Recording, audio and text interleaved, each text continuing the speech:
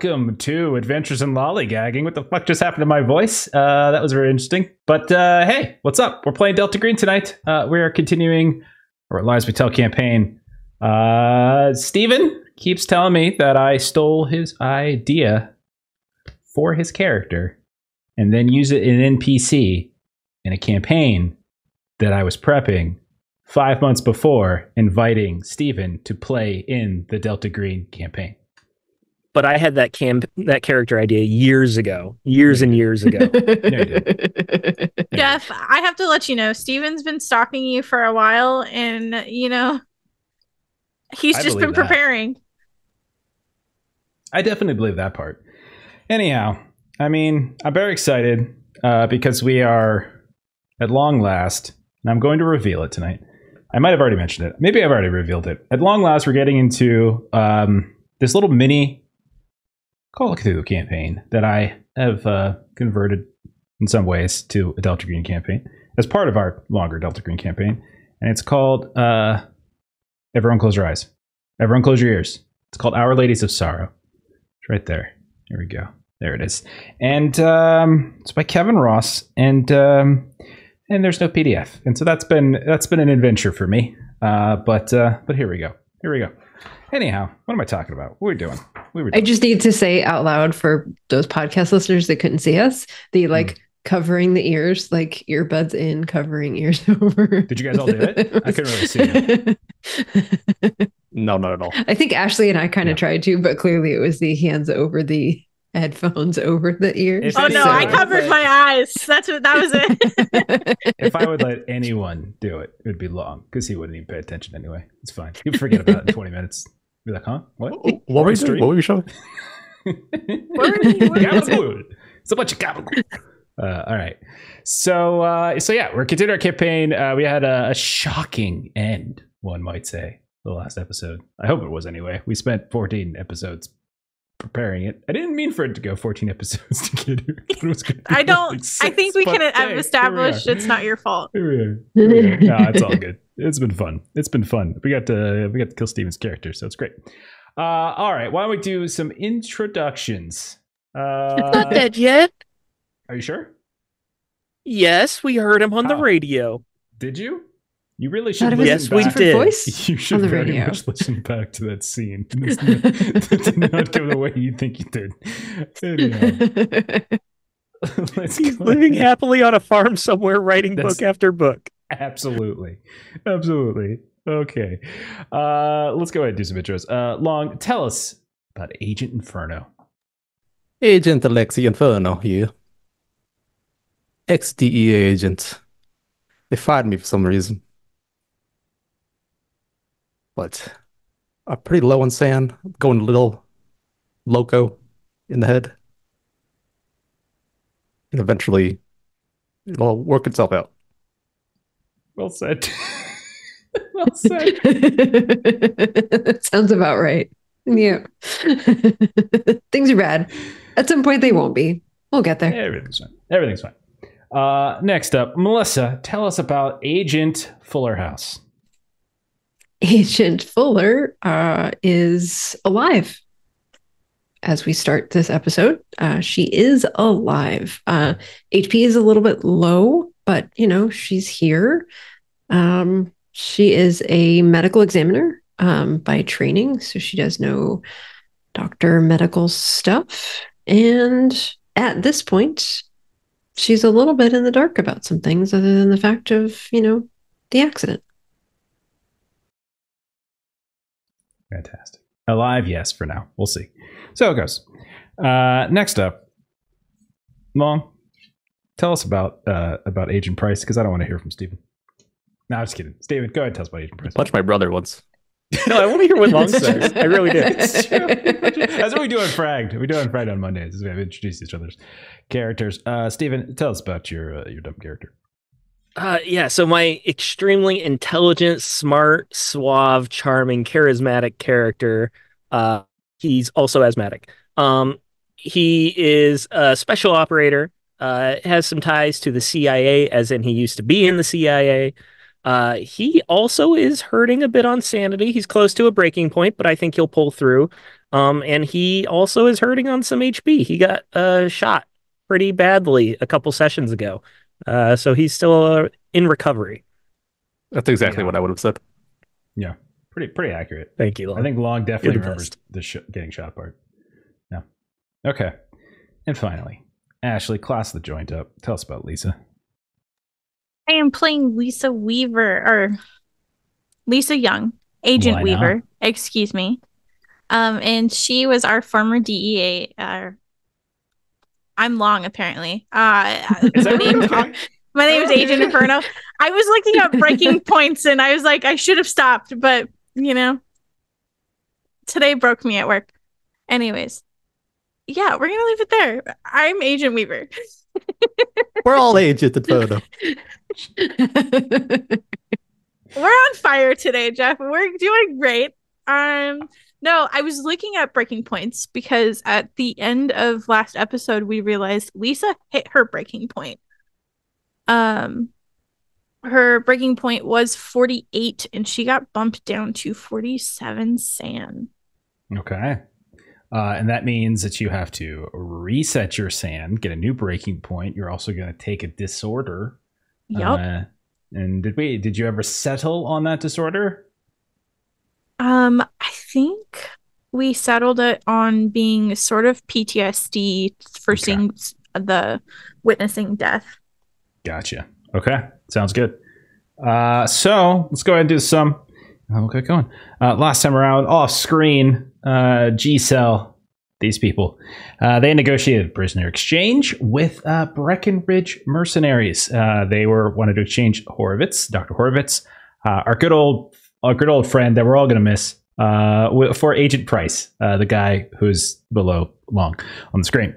Meeting went down at night. We were on a roll bridge, prying eyes, etc. We're nowhere near. And the initial exchange went fine. There's some threats, some talking, etc., etc. But it was later, while G-Cell was driving away, that you realized you were being tracked. There's a black SUV that was following you, and you tried to hide around this abandoned church, and then you got into the woods nearby. And unfortunately, a firefight unfolded in the rural North Carolina woods. Most of you took a few shots, I think, but ultimately you did prevail. You dumped the bodies in the SUV. You set the SUV ablaze inside of like the ruined church or barn or something like that. 2 days later, you because I think we had about 2 days of time, because I think you stopped at like a veterinarian and tried to get patched up a bit. 2 days later, you met at the same coastal cafe where you had met your handler about a week earlier, Ronnie Lightside, as we all know. Only Ronnie was late. Last time you had saw him, he was actually in a little bit of a strange state, and that was a week or so ago. And after you were waiting around for a while, you finally noticed him across the street, and he was arguing with this sort of old woman in a gray dress, and he was growing increasingly upset as she seemed to be antagonizing him. Vin and Lucas specifically, you noticed that she was smiling this kind of crooked, mocking grin. You saw it in the reflection of a storefront. And when Ronnie eventually kind of recoiled and tried to push past her, he was hit by a van as he tried to cross the street. His body kind of ragdolled around, and he came to a broken, limp end on the ground. The old woman across the street was looking suddenly directly at the four of you. And she had that ragged smile on her face still. Panic started to ensue, a crowd formed, etc. G-Cell, you responded to the situation. Lisa, you tried to calm and distract some of the civilians. Vin, Sandy, you tended to Ronnie. And Luca, you started going after that old woman. But no matter how hard you ran or how fast you ran, you just couldn't seem to catch up. You even got very dizzy at one point. But you did watch her climb the steps and enter an apartment building, the Villaggio della Sorelle, which you would know, being an Italian, Sisters Village, or the Village of Sisters. You went inside. You didn't find her, but you did alarm one of the tenants, and you actually drew the ire of the superintendent, Todd Beach.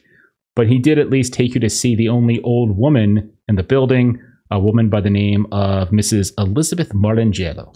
But when you looked at her, it was not at all like the woman you saw on the street. Back at the accident site, Ronnie unfortunately passed away. He died. He uttered some final words to Vin and to Sandy, something about sisters. She was dangerous. She can't. And then his eyes kind of drifted off. The driver of the van was shocked, horrified. Lisa, you talked to her a bit, tried to calm her down. Eventually, the police arrived. Some of you listened in a little bit and got the clear impression that no one had mentioned that old woman and the fight that she was having with Ronnie before he got hit. Then you went through Ronnie's pockets. You found an ID for someone named Frank Ryder, keys to an apartment, an address that took you over to the same building that Agent Inferno had gone into. The two of you went back inside. You found what appeared to be Ronnie Lightside's apartment, except the name Frank Ryder. And as you were looking around this room, you realized that Frank Ryder was apparently a renowned science fiction, fantasy, and detective author, as there were dozens and dozens and dozens of shelves filled with books, awards, and various photographs with very well-known authors. So we're going to pick up. We'll start actually first over by the accident site. We'll check in really quickly with Agent Fuller and Weaver. At this point, the law enforcement's here, paramedics are here, crowd has been cordoned off. You've probably given a statement here or there, especially you, Agent Fuller, as you attended to him medically.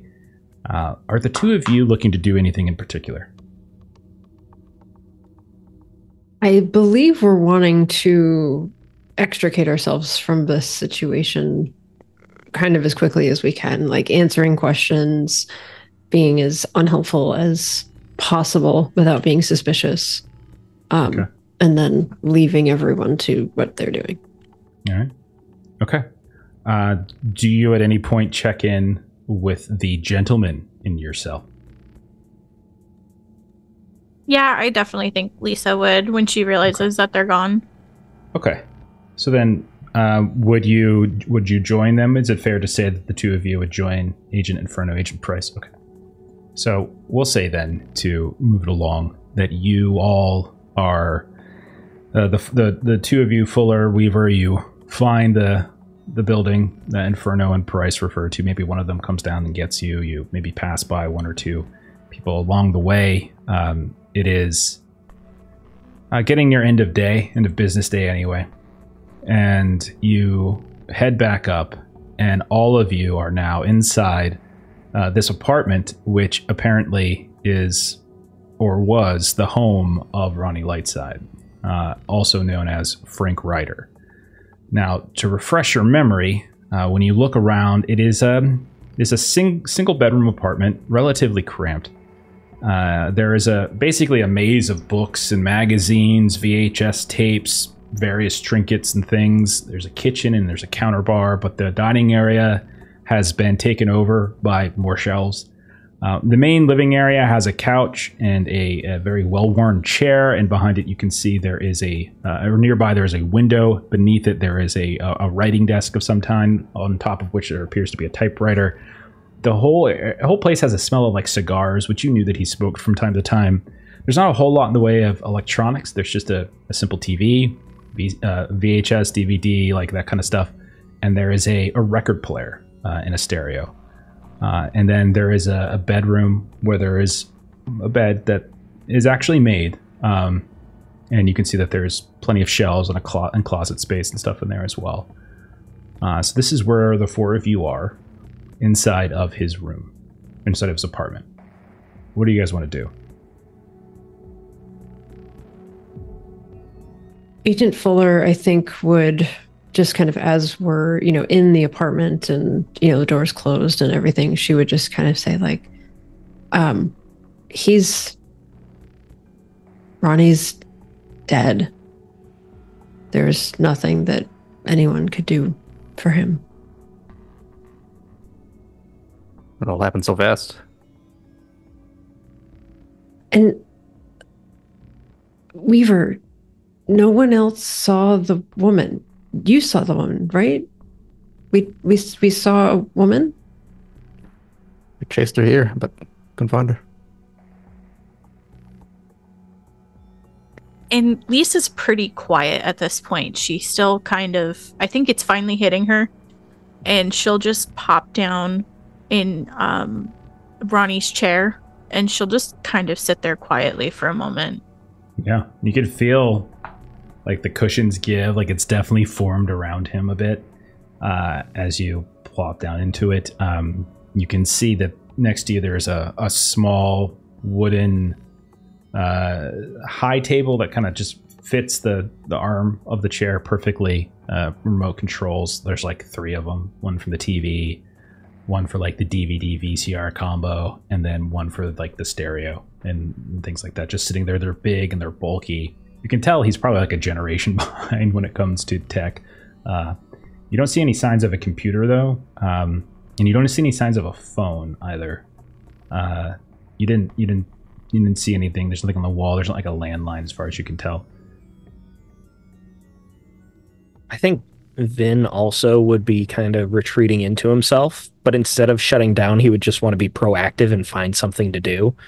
Knowing that Ronnie's last words was something about sisters, I think he would try to see if Ronnie has any personal contacts or anything like that, like an address book or even pictures of family or something like that, anyone he was close to. Okay. So if we assume then your search is high enough, if we assume then that you start looking around. My search is only 50. That's plenty.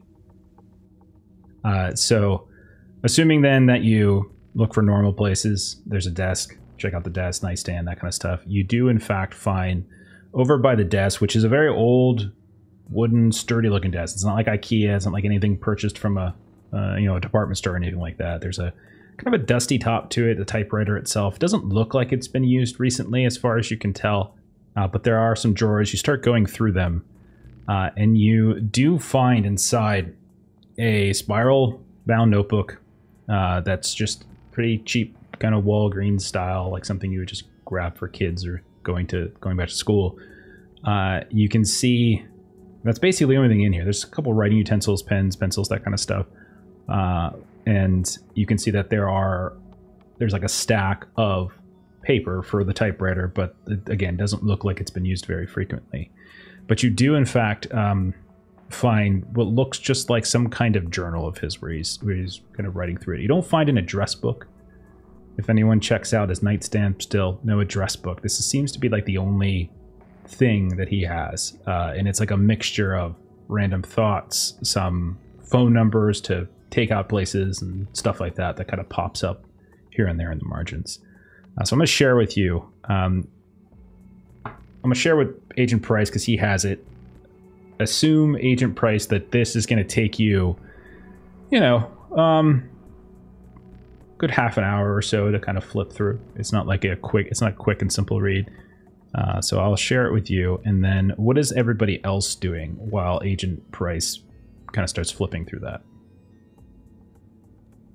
Or rummage more in the hidden spots. Look for stuff that maybe he hid in corners or behind things that aren't easily accessible. Yeah, what is your search there? Mine's 74. Holy crap, man. Yeah. Okay. Yeah, you're going to find gold. There's just tiles laced with gold. Sure, yeah. So is there any particular place you're looking, or you're just kind of looking for usual hiding spots? Is that kind of what it is? The idea, like usual hiding spots. Okay. So let me finish sharing something here with Steven. Steven, if you check the journal section, there will be a handout for you. It will be Wilmington handouts. Hopefully you'll see it over there. I do not. All right. I will try again. All right. I will. With that search, I mean, this is like pulling up corners of rugs and like everybody's like nothing. It's not. There we go. Try again there, Steven. Only yeah, sure. Agent Price. Okay. All right. So you can. I put a handout in there for you that has some excerpts, and then I have a text version so that you can read it more easily.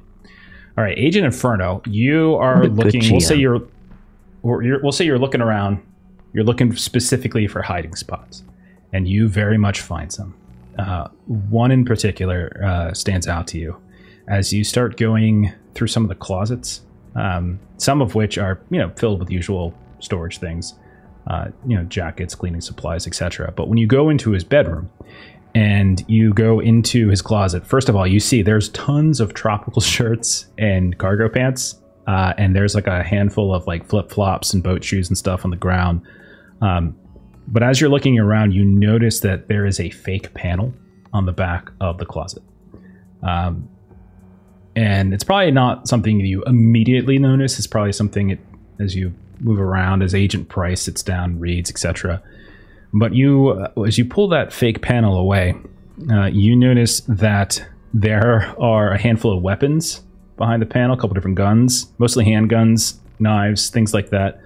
A couple rolls of cash, fake IDs of a variety, and also some of different kinds of agencies, and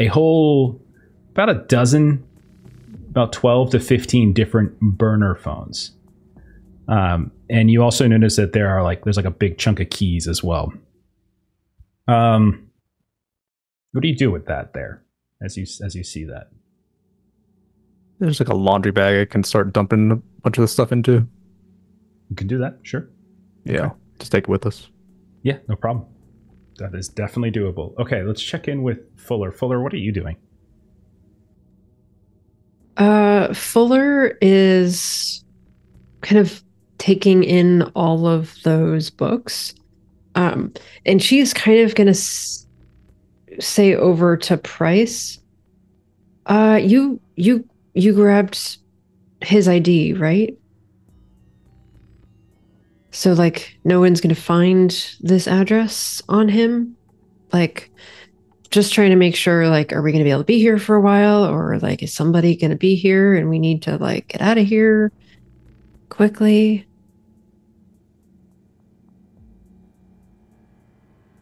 Price? Never listens. I was right in the journal. You took his ID, right? The police aren't going to immediately be, like, knocking on the door here? I doubt they'd be able to identify him that quickly, no. All right. And so then, like, she'll kind of start going over to the books. And, kind of looking through, kind of grabbing one of each of the books. What's your search? My search is 60. Okay. So, as you... Well, actually, I don't know if this would make sense for Agent Fuller, but I'll give it to you anyway. So, first of all, just to reiterate, there are hundreds of books all over the apartment, and many of them are copies of books by Frank Ryder.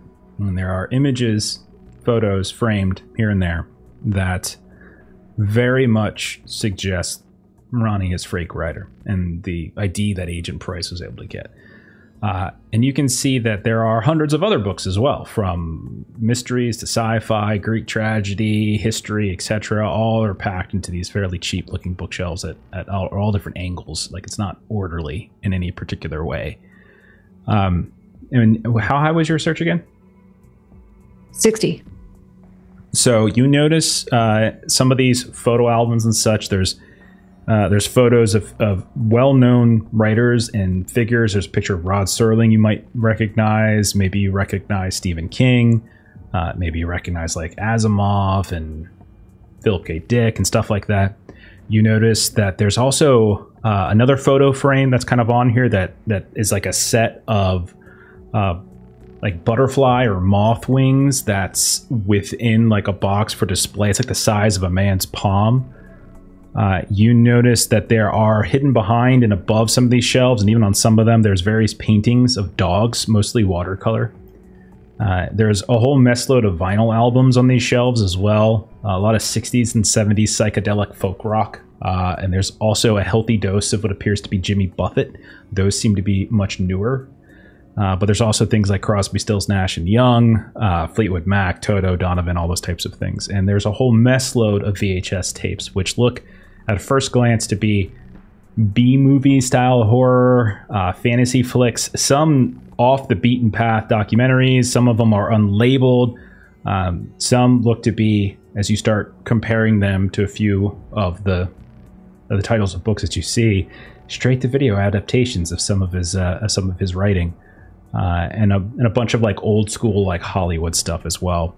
You can see things like actual silent movies, or at least rips of them.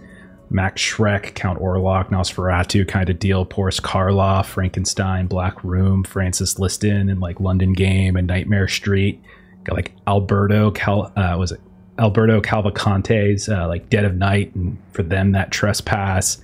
And he's even got like what you notice is like a rolled up poster of Fay Wray's version of King Kong that's just kind of rolled up and tucked behind one of these. Now, in terms of the books themselves, there are quite a few that are by him. And one thing you do notice is that there is one book that sort of seems to be pulled out away from the shelves and left on the counter. And that is, other than that, you can see, I can give you lists of his various books, but other than that, you see a well-thumbed copy of a book called The Paramental Factor by Declan G.W. Ellis. And when you kind of flip it open and look through it, you see that there is a handwritten inscription with a signature and autograph of Declan G.W. Ellis. It says, "For Frank Ryder, a fellow explorer of the strange, with admiration and best wishes." Now, Fuller, you have no idea who Declan G.W. Ellis is. I don't outside of know maybe who knowing Declan G.W. the author. Ellis is. Yeah, you have no idea. So that's what you see as you start going through a lot of these shelves and books and stuff like that. All this is taking some time. All this is while Price is reading, while Inferno is hoarding the closet. What is Weaver doing? And then we'll go back around and see what we want to do after that. So Inferno's in the bedroom.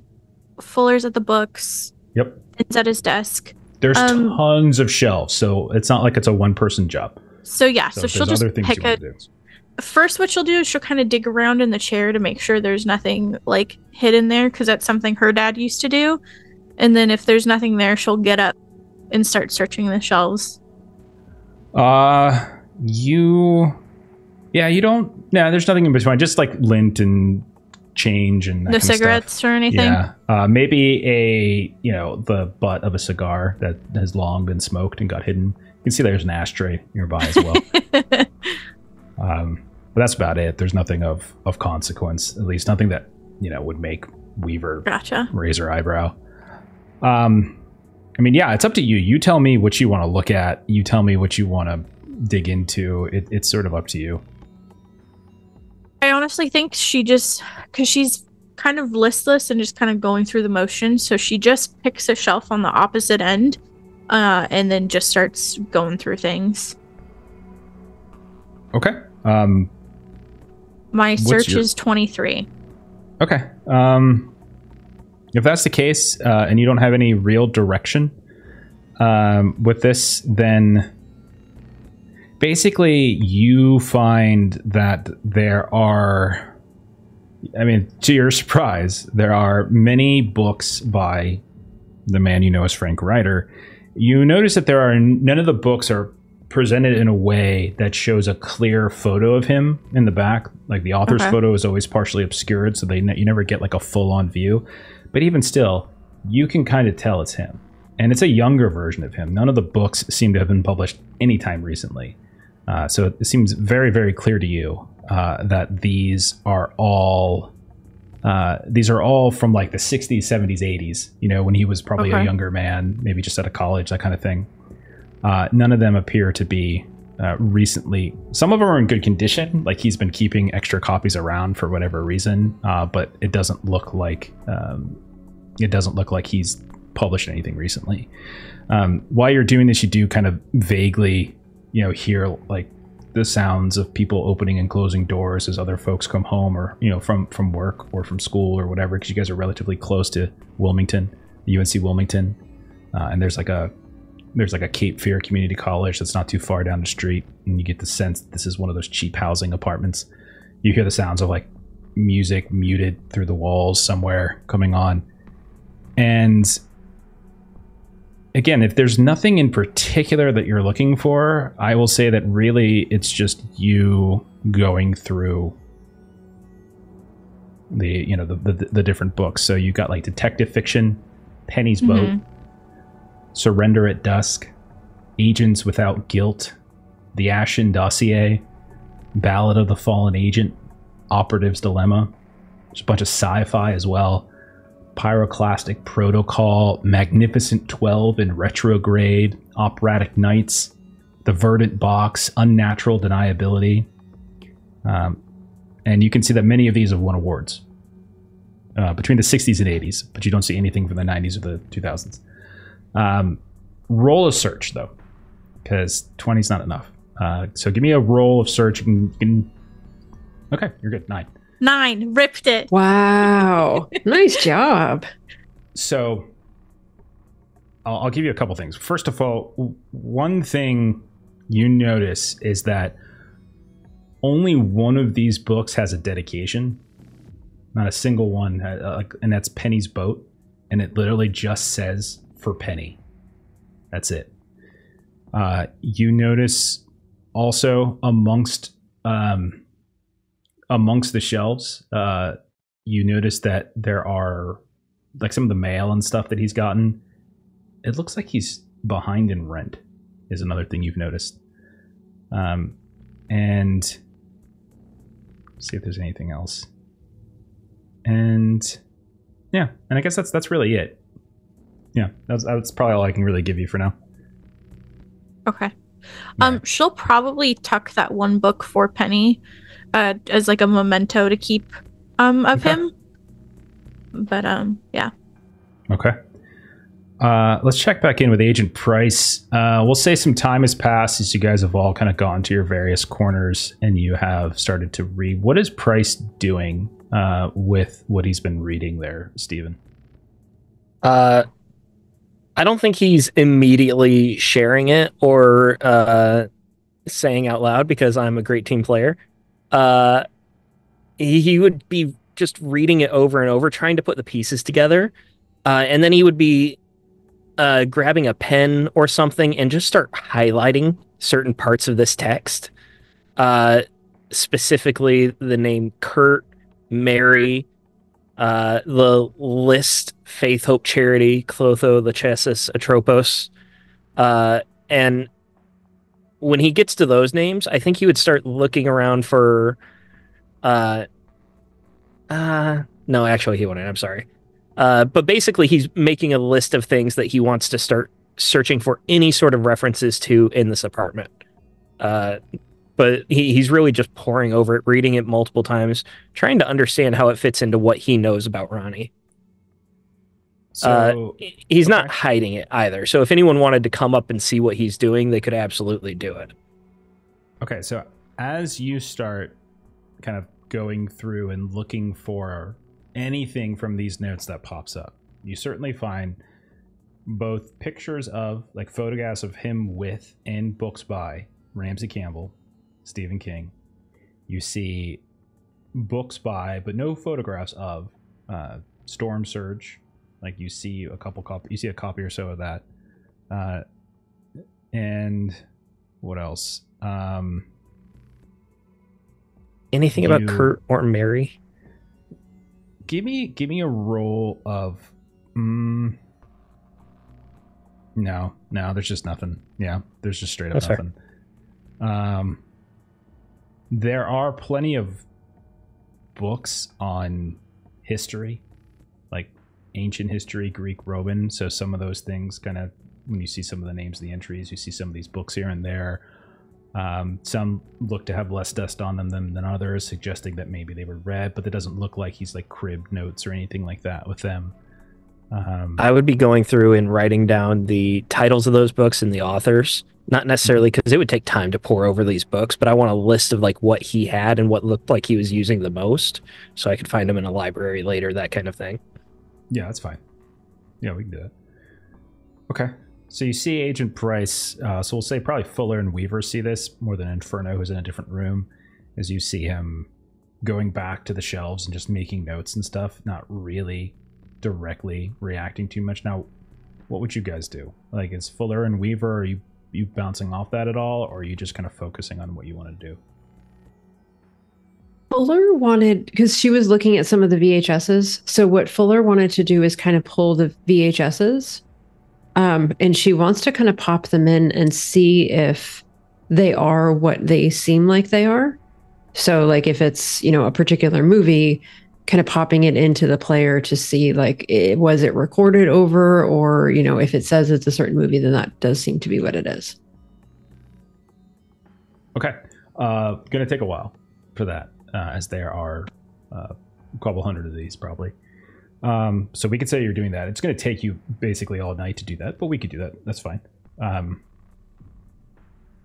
your search is fairly high. What's your alertness? Yep. My alertness is 40. Okay. So yeah, not quite as high good. as my search. Yeah, I don't think any roll is going to really be necessary. It's really just investment of time. Let me check back in with Inferno. So Inferno, we'll say you've took some guns, took some money, you took some burner phones, etc.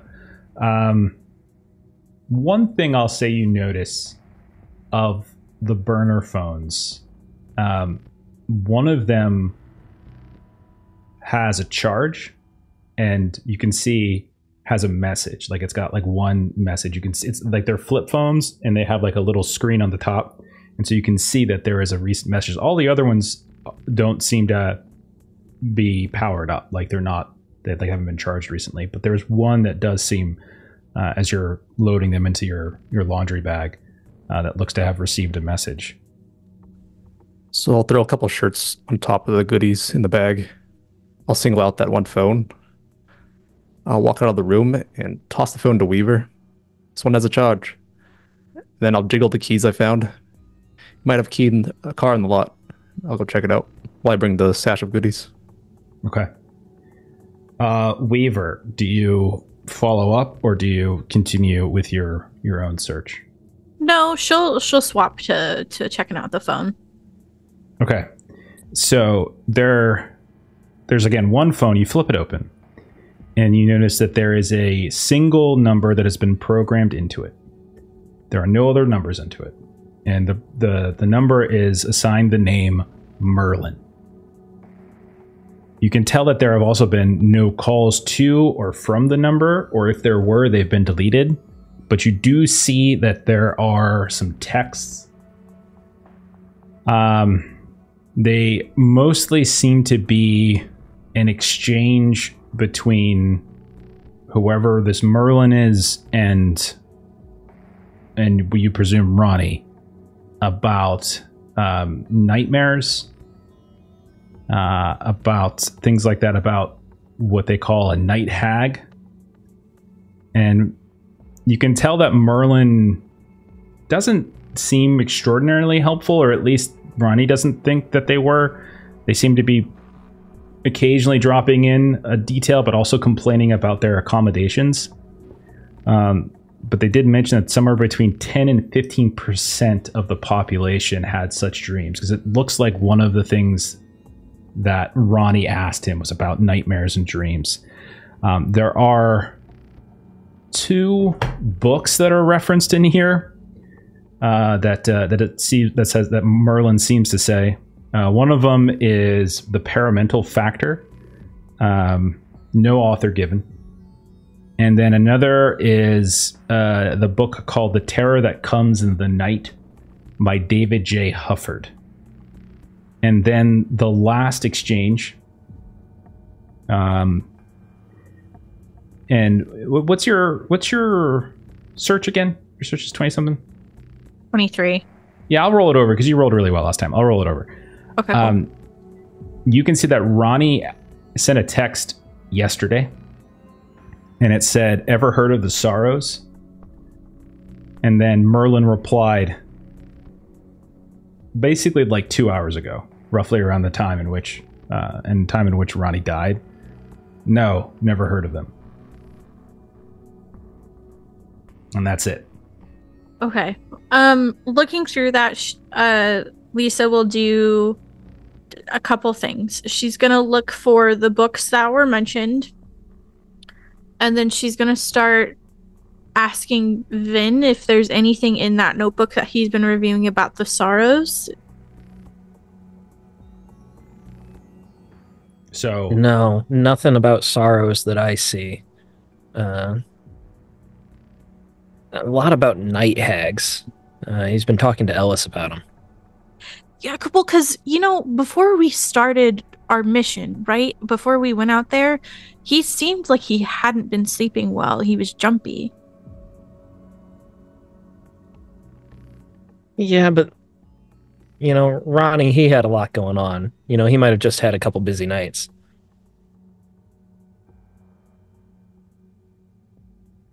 Yeah.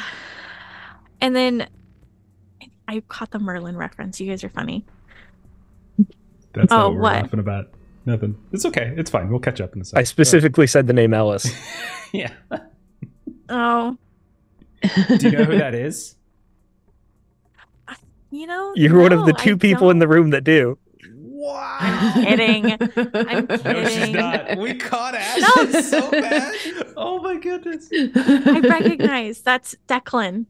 Okay. Declan Who's W. that? Ellis. Who's that? Well, Agent Fuller, you know who that is because it's the author of a book that's currently in your hand called The Paramental Factor. This author?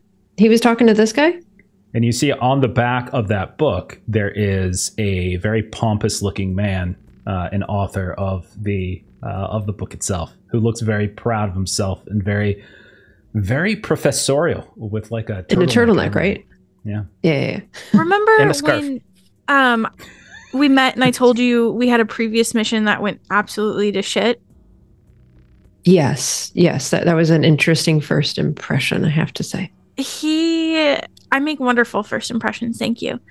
He was on our unit, our cell. Wait, this guy? And she Yeah, can I see that looks at book? the picture and And then Lisa's gonna call Merlin. Okay. You use the phone, dial the number, or you just hit the button. No answer. 4 rings, and then it goes to an automated voicemail. Doesn't say a name. It's all completely automated. It says to leave a message, and then when it kind of references who you're leaving the message for, it's just the number repeated. And then when the time comes for you to actually leave the message, it says this inbox is full and hangs up on you. So she's gonna text it, and she's just gonna say, "Call me." Can I see that book, Fuller? Yeah, I'm doing this movie thing here, and she'll kind of toss it over to you. So I just need to say, so the author of those things was the handler, and the author of that was part of your cell? Yeah. And then It's a long what? story. We don't need to get into it. Yeah. So when Vin New York joined Times our cell, best-selling. Good for him. Yes, Weaver? when Vin joined our cell was when he went missing. So I've been under the impression that he's been dead because things went so terrible. But he's not dead? Luca, Declan's not dead. And then that's when she remembers he went outside because she was like leaning in towards the bedroom. And because Lisa, she's still kind of out of it, I guess you could say. She's the shock's definitely like hit her. What are we doing here? What are we looking for? I mean, there's something other than the job that he sent us on. There's clearly something else going on. There's something with the woman that wasn't there. This journal goes on and on about Night Hag, how he's haunted, something that happened years ago that could be the reason he's haunted. He was trying to figure out whatever he could about night hags, and then it mentions something about sisters. Who are the sisters? And he lists possible sisters. He apparently put Ellis into research on it, but nothing came of it. If it can kill fucking Ronnie, Like, Ronnie was tough, but he was still just a man. I looked up to Ronnie. I've known Ronnie a long time. He was a good man. Let me read that fucking book. And she's gonna start going into the paramental factor and start reading it. She's gonna first like thumb through it to see like what things Ronnie may have like highlighted or like pages he may have dog-eared. You didn't do any of that, in fact. No. You don't see any like you don't see any crib notes, you don't see any like dog ears, you don't see any bookmarks. He's definitely read it, or at least it's a used copy, because it definitely has a read through effect, but you can tell he hasn't written anything anywhere. But you've been flipping through some of his other books and you realize he hasn't done that with any books. Like you can tell, like obviously there's literally thousands of books in this apartment. Yeah. And you've probably maybe just flipped through some and you haven't seen a single margin note anywhere. Same with you, Agent Fuller. Just doesn't look like it's his practice, whatever it might be. I want to check in with Inferno while you guys are thinking about what to do next. Inferno, you step out into the hall. Again, you can sort of hear the sounds of people coming and going, doors opening and closing. You see, like you can hear the sound of music playing somewhere. You watch, you hear the ding, and you can see the elevator that's near the stairs open up, and a young woman. You would probably put her like, early 20s or so, maybe college age, something like that. You can see her kind of step out. She's dark hair, small, dark eyed. She's very goth in appearance in some ways, like, and piercings, rings, etc. And she kind of pushes out of the elevator. She looks up at you, kind of gives you sort of a strange look as she sees you coming out of Ronnie's or Frank Ryder's apartment, and you can see that she just quickly looks back down and takes her keys out and unlocks the door of her apartment, which is right across the hall, basically. She doesn't say anything to you, and she goes. Now, from having rushed through here, it's a 4-story building in the sense that there are 4 levels of apartment buildings. From the outside, it looks a little taller, like there's an extra floor, but when you peeked up, there were like 2 apartments available on the 4th floor, and then it looked like there was 4 apartments every other floor that you've seen. Do you want to go in the elevator? Do you want to go down the stairs? Or anything else you wanted to do as you leave the apartment? I'll ping the elevator. Okay. So you head in, and basically it's got like an odor to it. It's not. I don't get the sense that anyone's like thrown up in here or hypothetically taken a shit in the corner. But it doesn't smell very good. But you step inside. The doors close. You feel as it kind of rumbles. It's an old building. It's an old elevator, and it moves down maybe a floor and a half, and then suddenly you feel it lurch to a stop. comes to a screech, and then just like that, the interior lights go out, and the car is pitch black. What do you want to do? I'll look for my flashlight. Start mashing the button, see if they do anything. You reach for your flashlight. You hit the button, and you flash it around, and it lands directly on the face of that old woman that you saw harassing Ronnie across the street. Roll sand. Huh? She's there. Right in your face. Oh, Start gosh. Swinging my flashlight around. How'd you do on sand? Sand, I have 27. I rolled a 62. That's a fail. Okay. You actually drop your flashlight then. It rattles to the ground. It flickers off. You still hear her cackling. You feel this breath on your skin, which starts to crawl. Take 1 point of sand. You start looking around, trying to pick up the flashlight, and just as you reach down, you grab it. You hear ding. The doors open. The lights come back on in the elevator. You are on the first floor. You can see down the hallway is the mailbox. There is no sign of the cackling woman, but you do in fact see that there is a person kind of staring down at you. This again, another kind of college age kid, sort of a tall looking kid, and he's looking down. He's like, you okay, bro? Turn, my flashlight shining in his face. Oh, dude, please, come on. And you can see that he's got a big ass backpack, and he looks like he's just come from class or something like that. Dude, come on, easy, man. You all right? Yeah, I'm fine. I turn the flashlight off. Have a good day. Walk past him. All right. And he gets on the elevator. Elevator closes, and you walk out.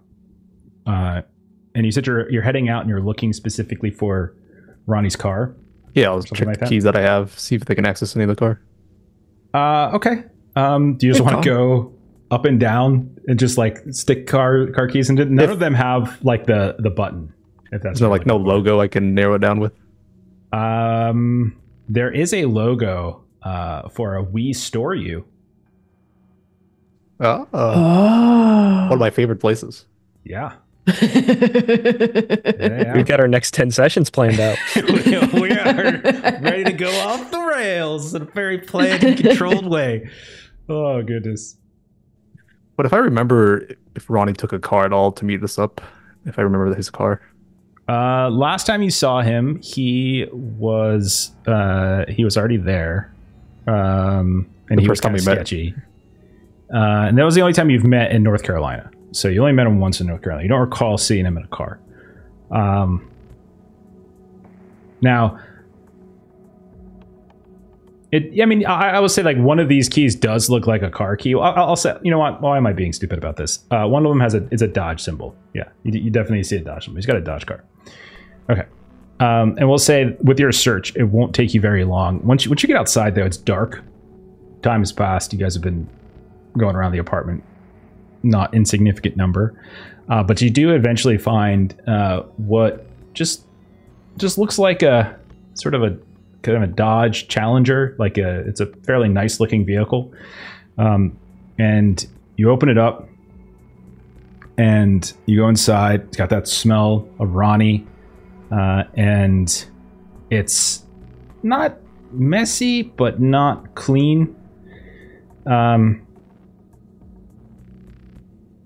Doesn't look like it's been driven recently. Like you can tell just looking underneath it that it's been sitting on this in this parking space block away from the apartment complex, or half a block away, I should say, for some time. Anything you're looking for in particular in here? Yeah, I'll crack open the glove box, check under the seats, see if he's got anything in there. Okay. And your search is so high. So you don't really have to worry about it too much. The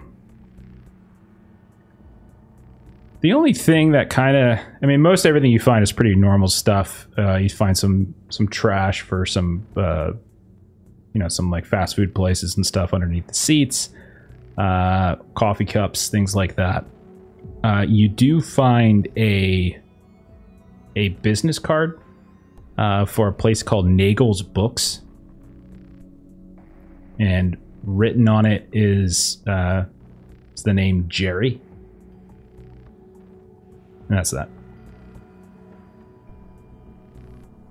Okay, I'll pocket that for now. And I'll take my bag and throw it in our car. Okay. Let's go back inside the apartment. And what are the three of you now doing? So Fuller's been just sort of doing this video thing, and she's like annoyed because she thought it was a good idea and thought that there would be something, and she just keeps you just keep hearing like the fast forwarding and the stopping, the fast forwarding and the stopping, and it's just not going anywhere. And so she kind of like turns it off and, kind of tosses the remote down and kind of goes around behind Price, and is like, all right, I thought maybe I'd get something over there. You seem like you've got something interesting there. And she's just sort of like hovering behind Price. Yeah. I think I've got it all. I'm ready to take off here. And I just hand a whole journal to her. Got it like flipped back to whatever page I was currently highlighting. And just hand it off, and then I go through and I just do another cursory glance for anything that I'm not actually looking or searching, just for anything I want to take, and then I'm ready to get out of here. Start looking for Luca. Do you actually leave? Do you go outside? I start heading towards the door and seeing if anyone follows me.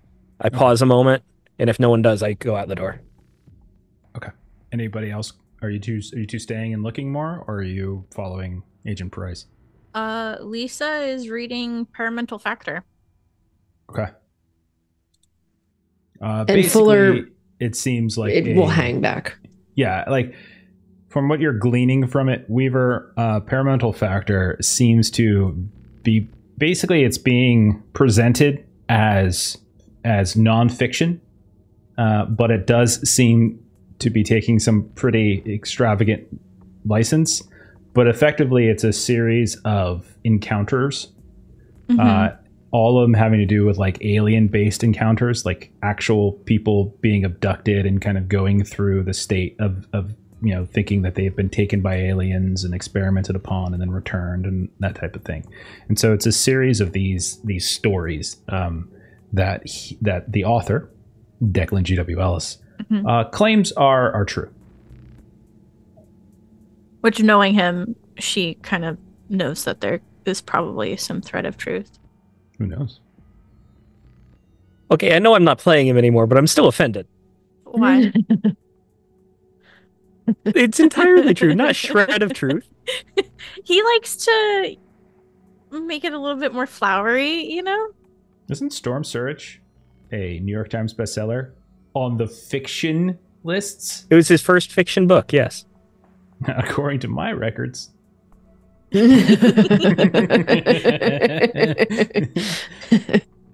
can't play your agent well. I take them from you and do what the fuck I want with them. No, I'm just kidding. It's deltagreen. Okay, so what are Weaver and Fullerton gonna do? Stay or go? It's a great question. Are you staying or are you going?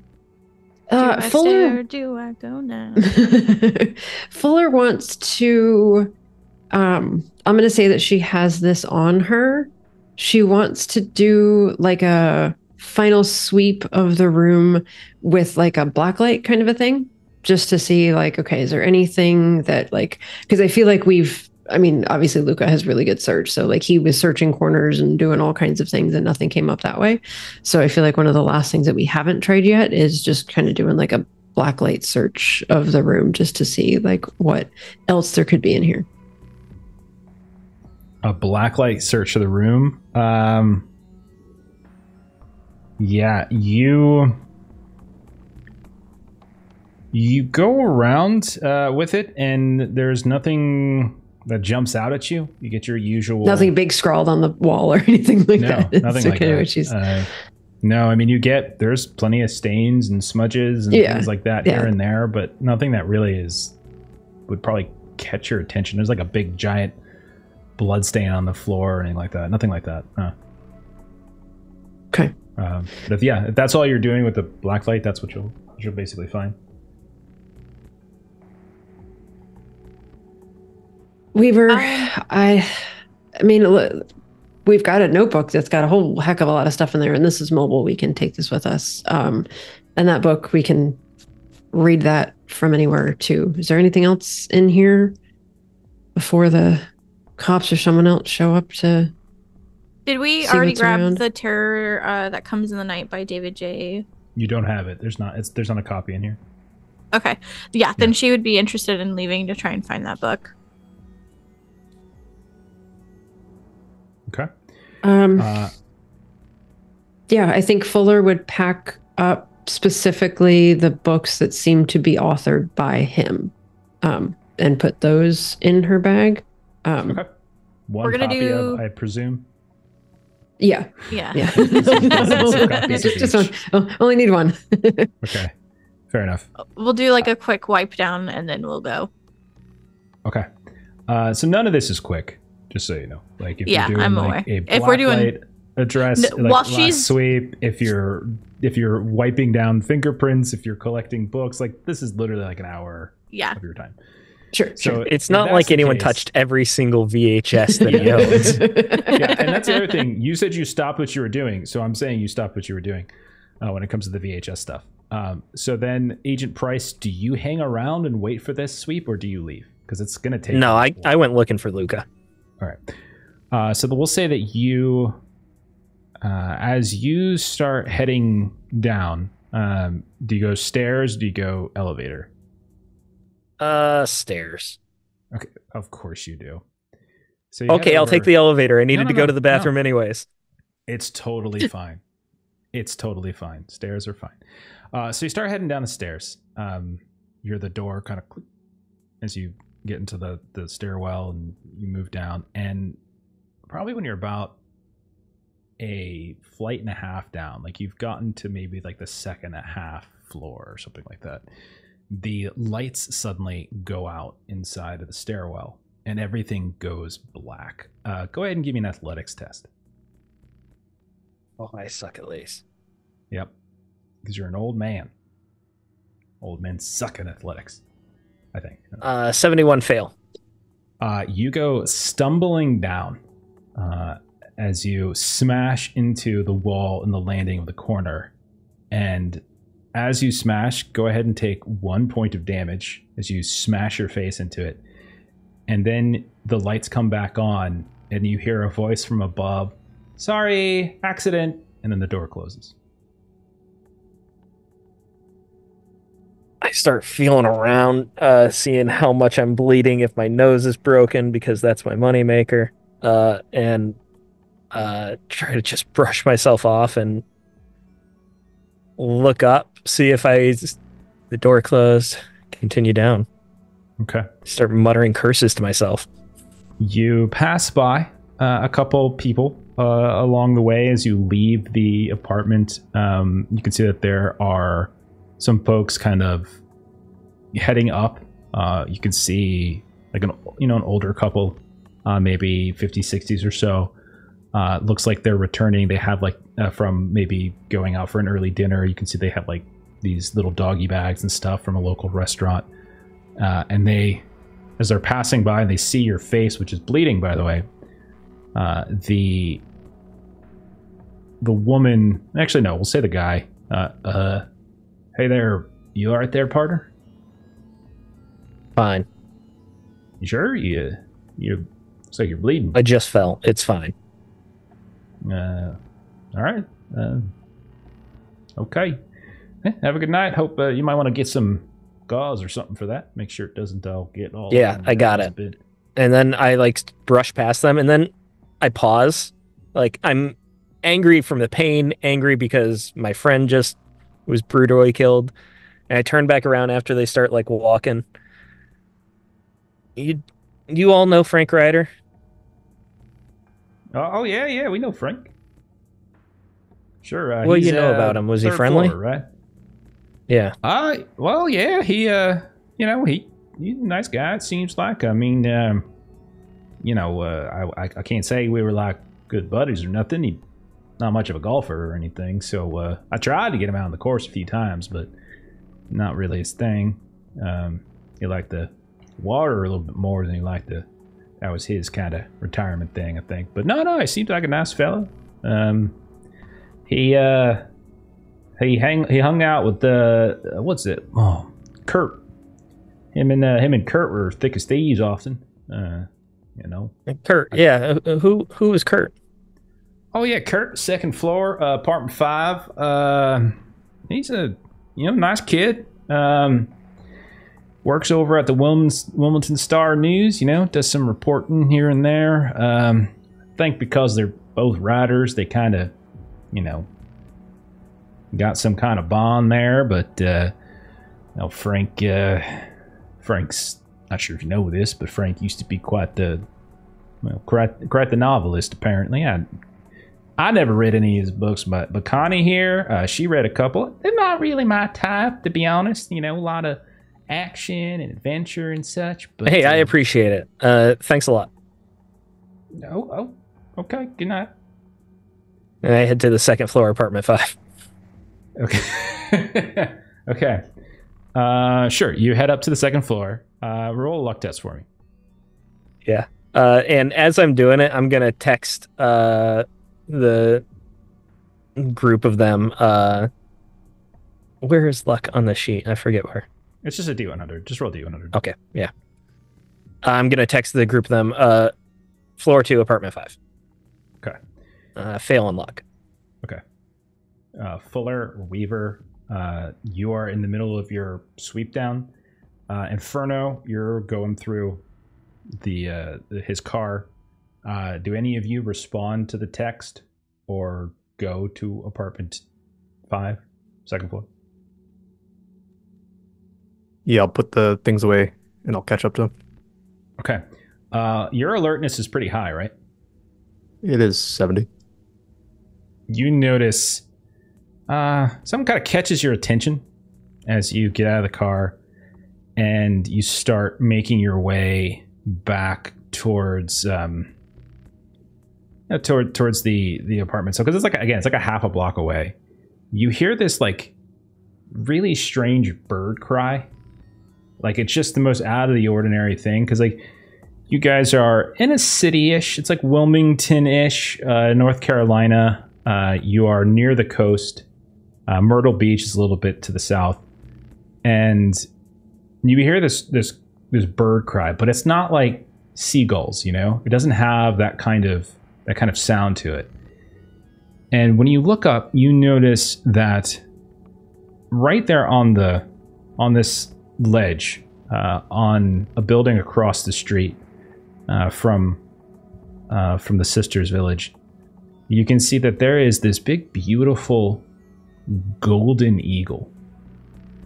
Should not be here. But it's gorgeous, and it's just kind of staring out, and that seems to be as it kind of calls out once more. And god dang it, Inferno, maybe your paranoia is just setting in, but you seem like its head is just sort of shifting and moving and kind of following you as you walk a bit, and then as you stop and look at it, its head stops moving. I'll stare at it for a moment, see if it does anything. Just watches for a bit, and then its wings go wide, and it launches itself up into the sky until you can't see it anymore. What is going on? I'm going to go back in the building. All right, so we'll say you catch up then with Price. Is that the idea? Take the stairs this time. I'm a bit paranoid of the elevator. Okay. You head up to the second floor, and you see there is Price standing outside the door of apartment 5. However, Price, when you knock on the door, there is no answer.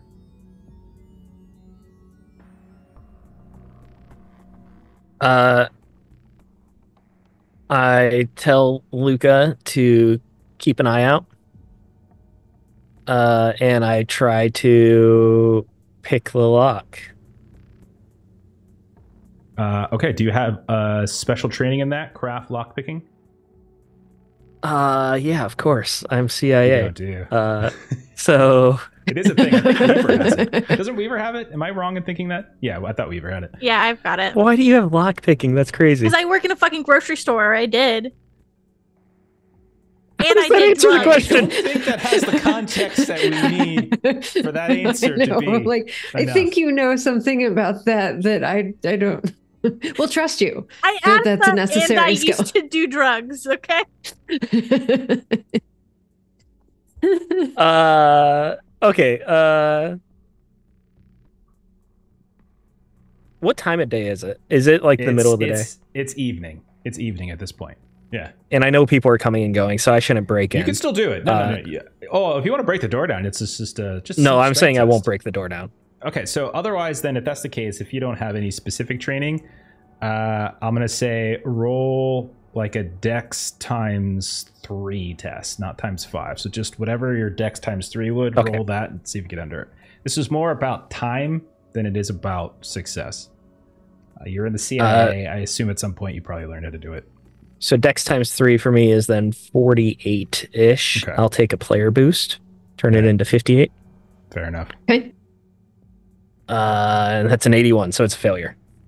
Okay, it's taken a while. Like, it's an old lock, right? It's like these. It's like maybe you're just a little bit used to, newer types of models, but like this building is very old. You can tell, like it's shaped, everything, the stairwells, the elevator, the exterior architecture. It's got like it's definitely got to be like 100+ years old, right? And maybe these freaking locks are that old too. And so you're doing it, and you're doing it, and all of a sudden, and Agent Inferno, you've been like been looking over at like the elevator, you've been peeking at the stairs, and all of a sudden you hear, "You shouldn't be doing that." And both of you didn't notice that there is a young girl at the end of the hall, opposite of the elevator, opposite of the stairs. And she just steps out of the shadows, and she's looking up at you. She's got what looks like a box of Crayola crayons like in her armpit, and she's got some crumpled up pieces of paper. And she just looks up at you and she says, "You shouldn't be doing that." We're just looking for Kurt. He's our friend. Sure, her eyes kind of close. "I haven't seen you with Kurt before." No, I normally meet him at work. "Where does he work?" What was the newspaper or something? I did just hear this, but my brain didn't remember it. You're too busy being an asshole to my NPCs to remember. But you say the name of the newspaper that you just heard. Yeah. No, it's fine. You could just say the newspaper. And she's like, "Okay. Why didn't you knock?" I think he's sleeping and didn't hear me. "Oh. No, I don't think he's home." Oh, okay, that's my bad. I was mistaken then. "Are you trying to break in?" No. 'Cause Grandma isn't gonna like it if you break in. Who's your grandma? Oh, she's just Grandma. What's her name? It wouldn't be Mary by any chance, would it? No, And what's your name? I'm not supposed to tell my name to strangers. Is your grandma Morangelo? No. That's the only lady Stiletto? here. There's many ladies here. What are you talking about? I'm a lady. No, but Todd, he showed me the only old lady here. Todd's There not has a to be your lady. grandma. Todd's Of not course. my grandma. Of course, he's not your grandma. What about Starret? Is that your grandma? Just so you guys know, you're both talking about the same person. Mary and Mrs. Morangella. Oh, okay. The same person. It's Mary Elizabeth Morangella. I'm sorry, what did you say there, Agent Price? What about Starret? Is that your grandma?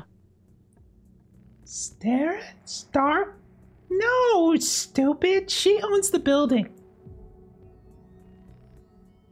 Okay, well, maybe we could talk to your grandma. Would you mind taking us to her? You don't want to talk to Grandma. And why is that? Are you bad guys? No, of course not. Okay. Well, then Grandma doesn't want to talk to you then. She would talk to us if we were bad guys? Maybe. This is classic entrapment, Vincent. I don't think we should. I have alertness What? 90, so I'm suspicious that she snuck up on me in the first place. So, I think you're right there, Luca, but I'm going to go along with it. I pull back my jacket and I show that I have a pistol. Maybe I am a bad guy. You better stop it. I'm gonna put a spell on you. Grandma told me how. Well, I'm not here to hurt you. You don't need to put a spell on me.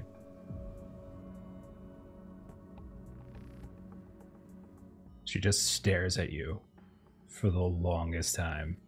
Do I feel like she's putting a spell on me? A little bit. A little bit. Suddenly you hear, Naomi! And you see, coming from the stairs, there is a woman. She is probably in her 30s or so. Coming, like this is second floor. You can see she's like coming around the corner, and you can see, like, because you guys are already on second floor, and she comes around and she reaches like, Naomi, what are you doing? You can't run off like that.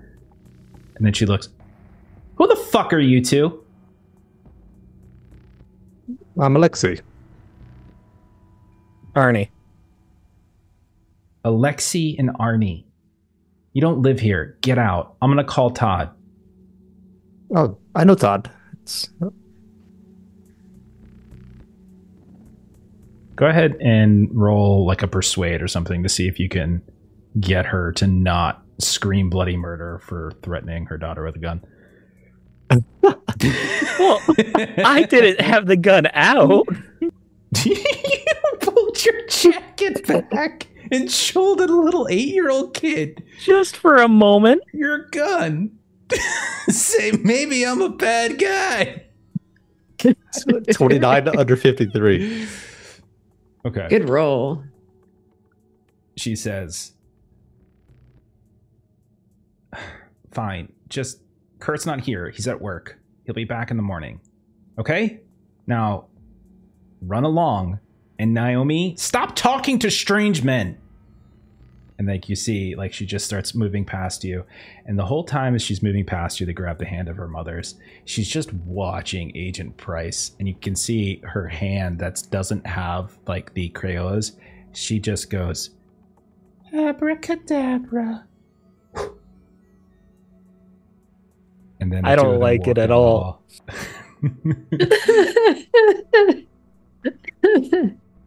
Okay. I asked What do you- Luca, like, do I look cursed? Fine. Okay. So let's go ahead. Do I actually look fine, though?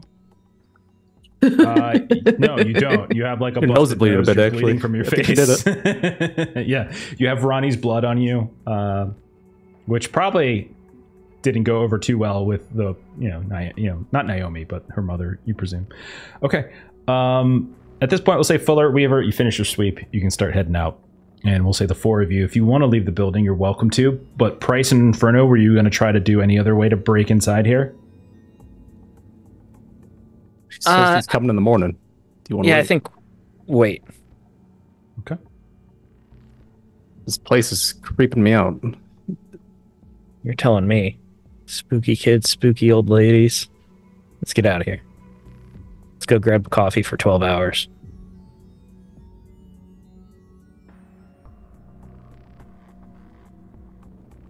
Okay, so then Fuller and Weaver will assume that you're done, and the four of you can leave the apartment at roughly the same time. At this point, it's later into the night. We'll put it at like 8 o'clock or so, give or take. What's your plan? What's your idea? What are we thinking? Find a little diner to go over our findings. Aren't you forgetting, Luca? Before we go to the diner, we have to go to a storage unit. You don't know about that. Damn, you're right. Damn it. That is very true. Gotcha there. All right. Diner. Okay, so if you guys find a Denny's or perhaps a Perkins, or maybe just a Perkins. nondescript one, or you can go back to Gail's Bagels and something or other. Either way, you can go and buckle down and start going over the stuff that you found. So what does that entail? Walk me through that. I would go over Ronnie's journal. Okay. I know Fuller has it. I would just go over the parts that stuck out to me in my mind, talking about how he was researching night hags and he assumed that there was something about, or not assumed, there was something about sisters, so maybe there's more than one night hag. He mentions these hags, specifically Steno, Uriel, Medusa. Those were essentially Greek hags in mythology. So, let me go ahead and let me just read this at this point now so that people who are watching, Stephen forgot that other people watch the stream. So a series of excerpts that kind of draw your attention, and we'll say all of you are now going to be aware of this sitting at this diner. So a couple excerpts. Had the dream again. Started like one of my old sex dreams, but turned into a nightmare. Black shape hanging there above me, crushing me, holding me fast, while its pale yellow eyes burned through me. Woke in a cold sweat. Night hag. I'm getting too old for this shit. This is a different entry. I should have remembered sooner. Maybe there's a story in this. Maybe I have one more in me. Writing isn't like riding a bike, though, and debriefs and operation summaries don't quite exercise the creative side. Ghosts weren't really my thing anyway. Leave that to Campbell or King. Next entry. So Kurt has them too. If the company has taught me anything, it's that coincidence is a symptom and paranoia is an occupational necessity. Still, what are the odds? 1 in 10? More than 10 folks in the building, so... Anyway, maybe I'll ask Mary to say a prayer for me. I won't, of course, and she wouldn't have it anyway. Next entry. I've been going through too much of Ellis's work. Maybe she is real. Talked to Ellis, but the twat only wanted to bitch about his accommodations and assignments. That and Storm Surge. He has no idea how close he came. Anyway, he told me nothing about the hag I didn't already know. Kurt, on the other hand, thinks we're definitely haunted, which of course amuses him. To be young. To be ignorant. Gloriously ignorant. Scientia mors est indeed. Which you guys would know means, roughly, knowledge means death. Who are the sisters anyway? Faith, Hope, Charity, Clotho, Lachesis, Atropos, Stheno, Uriel, Medusa, Old Will's weird sisters. The carving looks Greek or Roman to me. Have to ask Mrs. Starrett about them sometime. She'll probably send me a bill for the answer. Still, do they have anything to do with the haunting? Have to have Kurt see what he can find out about the place, especially the fires. Crazy Mary stares at me, whispers in the dark. The kids keep staring at me too. That's never a good sign. If a dog growls at me, I know I'm fucked. Need to get away. Away from the sisters, away from the hag. I'd head back to Palm Beach if I wasn't afraid of what my dreams might be like there.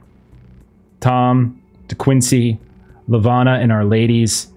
Something to do with hallucinations or drug dreams, a la Confessions. Must check to see. What have I done? What have we done? I should feel alive, renewed. I did feel it that way at first, but now I can't believe I was so stupid. Stupid, stupid old fool. I have undone us all.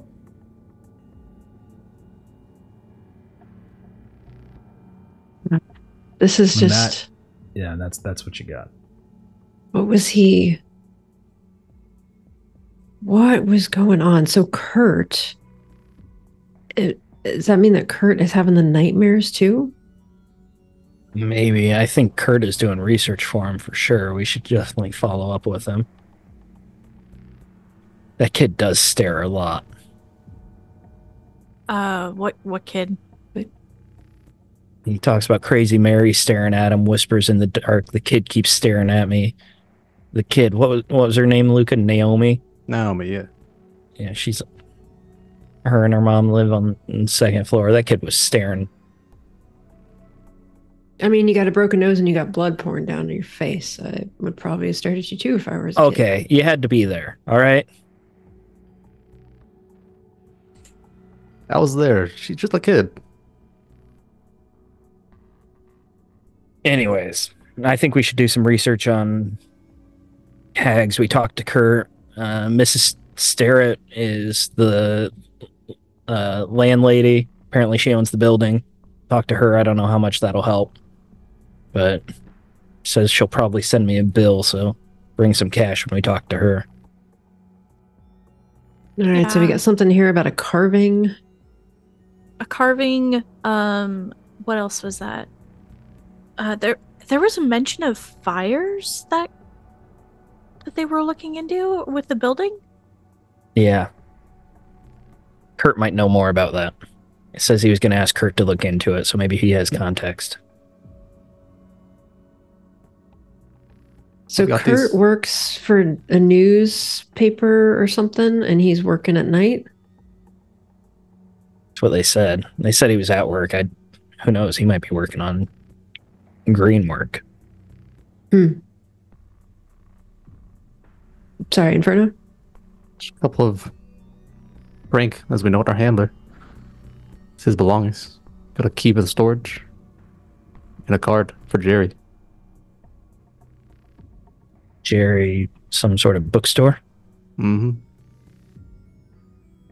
Well, we might as well check that out, because he didn't have a copy of The Terror That Comes in the Night by David J. Hufford. So I'd like to get a copy of that. That name came from the phone? Yeah.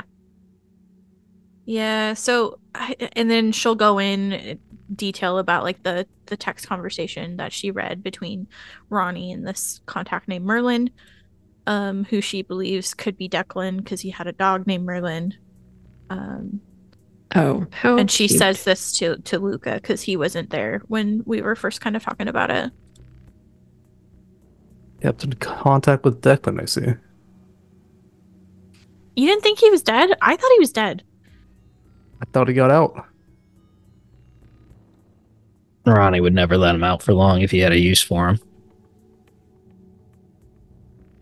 I don't know if it's that. I just think Ronnie had to keep him on a tight leash. Which... All right. Yeah. Is there like a protocol that we have to follow if someone, like a DG agent dies? Like, do we need to report it to anything, or... Not really. And, you know, in this particular situation, like, he didn't even die on mission. He got hit by a car. Yeah. So, you know. No, so I think so that de facto makes me the handler now. No. So I'm like assistant GM and we bring in another player. And... That's not how it works. That's not how it works. Handler just facilitates. He's not in charge of you or anything. He just facilitates information. They funnel information from him to you. So, as you guys are sitting here talking, the lights go out in the entire restaurant, entire diner. Everything flickers and then goes black, and you just hear a handful of folks. Oh, what the fuck? Sorry, folks, I'm so sorry. 1 second, we're gonna go ahead and I think we blew a breaker. It's just so sorry. And then mutters fucking twice in a night. And then 20 seconds, it comes back on. I'm grabbing the table to make sure I don't fall. What do you mean? I'm a bit paranoid, looking on my shoulder. The power didn't go out when we were in the building. What are you talking about? Let's go down the elevator. We saw that lady, right, at the scene? I saw her, yeah. Yeah. What are you talking about? Yeah. You gotta think I'm crazy, but she was cackling in the elevator.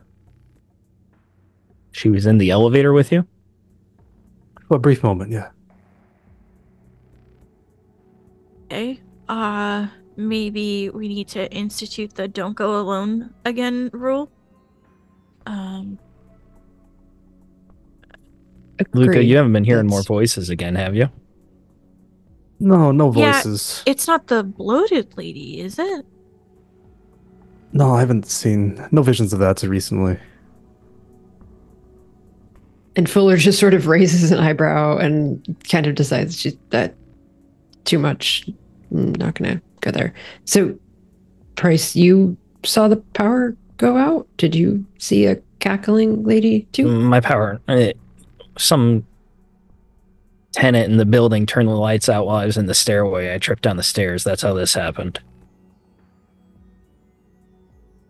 You know, you guys, we basically ran into three different age groups of women. We ran into the crone, you know, and then we ran into, you know, like a child and, you know, an adult woman.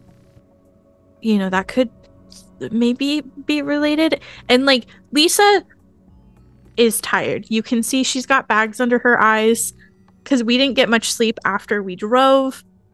She's exhausted. She saw Ronnie die and she's grasping at straws kind of at this point as she's got her notebook out and she's just kind of doing stream of consciousness notes of like everything we've gone over.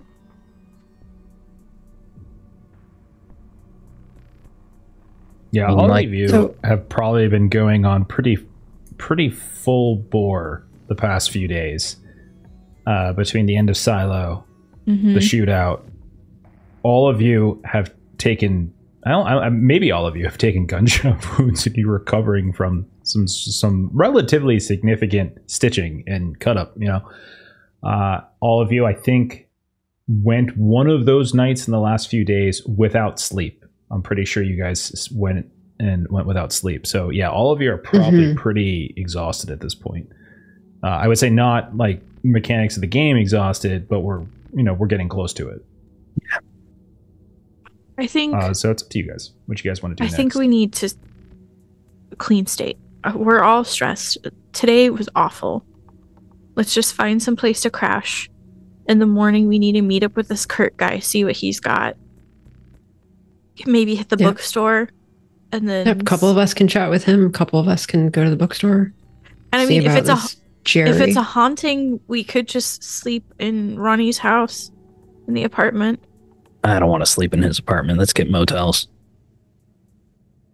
Okay. Yeah, I mean, I hear what you're saying. Sometimes there's something to be gained from being in the place, but I don't know that I want to wake up to local PD investigating his room and finding the four of us sleeping there and having to explain that. Yeah, that's true. That's true. That kid creeped me out. You seem like you had to be there, Fuller. Vin and kids isn't really. It's like oil and water. Yeah, because you guys were chatting with the kid back at that didn't. Yeah. But we may want to ask her if there even is a Naomi that lives in the building. Just double check that kind of stuff. Did she seem like a ghost girl? She showed up out in the middle of fucking nowhere. There was a shadow she walked out of. That the lady who killed Ronnie showed up out of fucking nowhere. Let's sleep on it. Let's figure it out in the morning. No separate rooms. We all need a bunk. There is one stop I'd like to make first. What? Yeah, I look at Luca with the keys to the storage unit. No, I'm just shaking my head. No. Maybe not while we're so sleepless. Let's just... Can put it on the list for tomorrow. Check the green box. All right. Okay. So we'll say you guys find a motel, hotel, something like that. No problem. That's fairly easy. Do we split up, guys and guys, ladies and ladies, or do you do it a different way? Picturing kind of the two rooms that have like the adjacent door in the middle. So like we are still... Sure. Yeah, that's fine. Like... Okay. Yeah. So we just get a couple of doubles and you all go to sleep. I need everyone to make a POW roll. Yeah, make a POW roll. POW times 5. POW times 5. And I will ask for it in 1 second after I write some stuff down. Ooh, we got a range of things that happened here. Luca, first tell me pass or fail. Fail.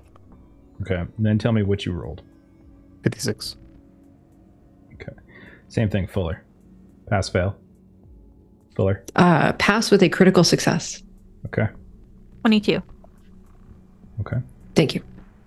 And then Price, how'd you do? Fail with a 73. Okay. And then Weaver. Pass 38. Okay. All right. Everyone goes off in their various areas, and they fall asleep. Inferno, Price, both of you have very high awareness, right? Like, could we double check? I think you're 90 7+. alertness. Yeah, 70 for me. alertness. Thank you. Yeah, that's what I figured. Okay, so both of you you're in your own room, attached to the room that Weaver and Fuller are in. Simple motel, nothing fancy, like an Econo Lodge or something like that. You got a shared wall, etc. You both wake up. You hear the sounds of light footsteps from somewhere. You can't quite place it. Everything's very dark. You are unable to move. You can't quite make out really anything at all, but you can hear the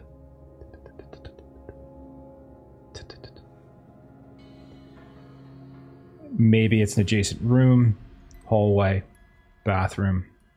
You can't even really turn your head to see if you're even in the same room. You're just staring up. There's a ceiling. I'll say Price with alertness, you realize that, you're not really sure.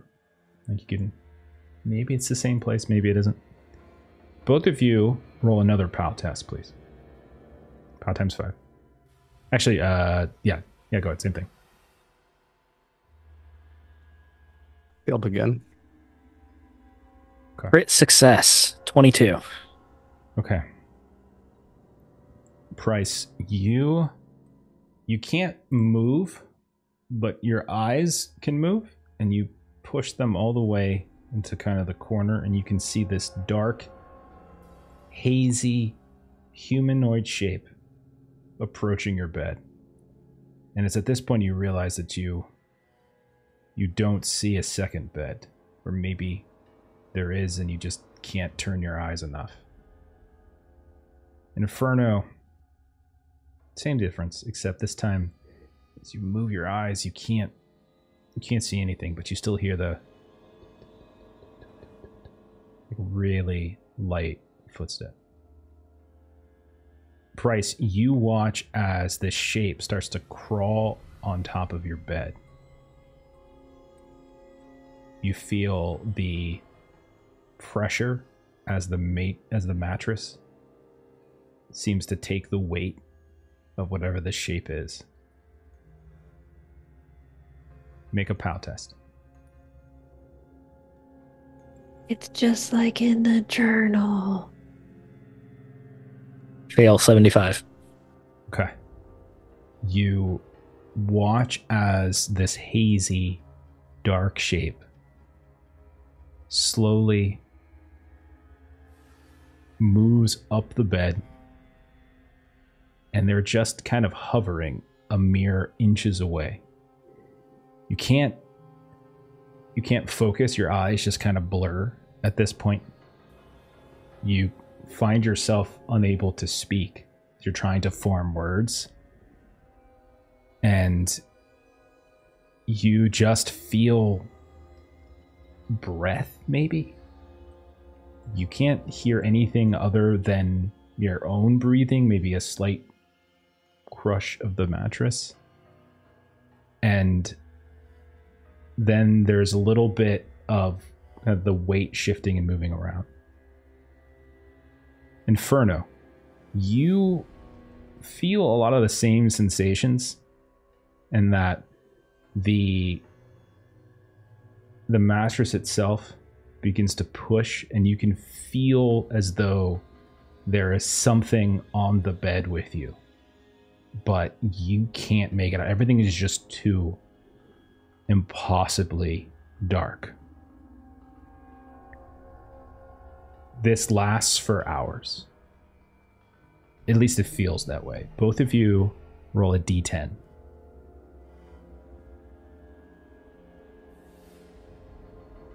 Let me know what you roll. 8. 3. Reduce your willpower by that number. I only had 3 left. Okay. That's totally fine. Just reduce it to 0.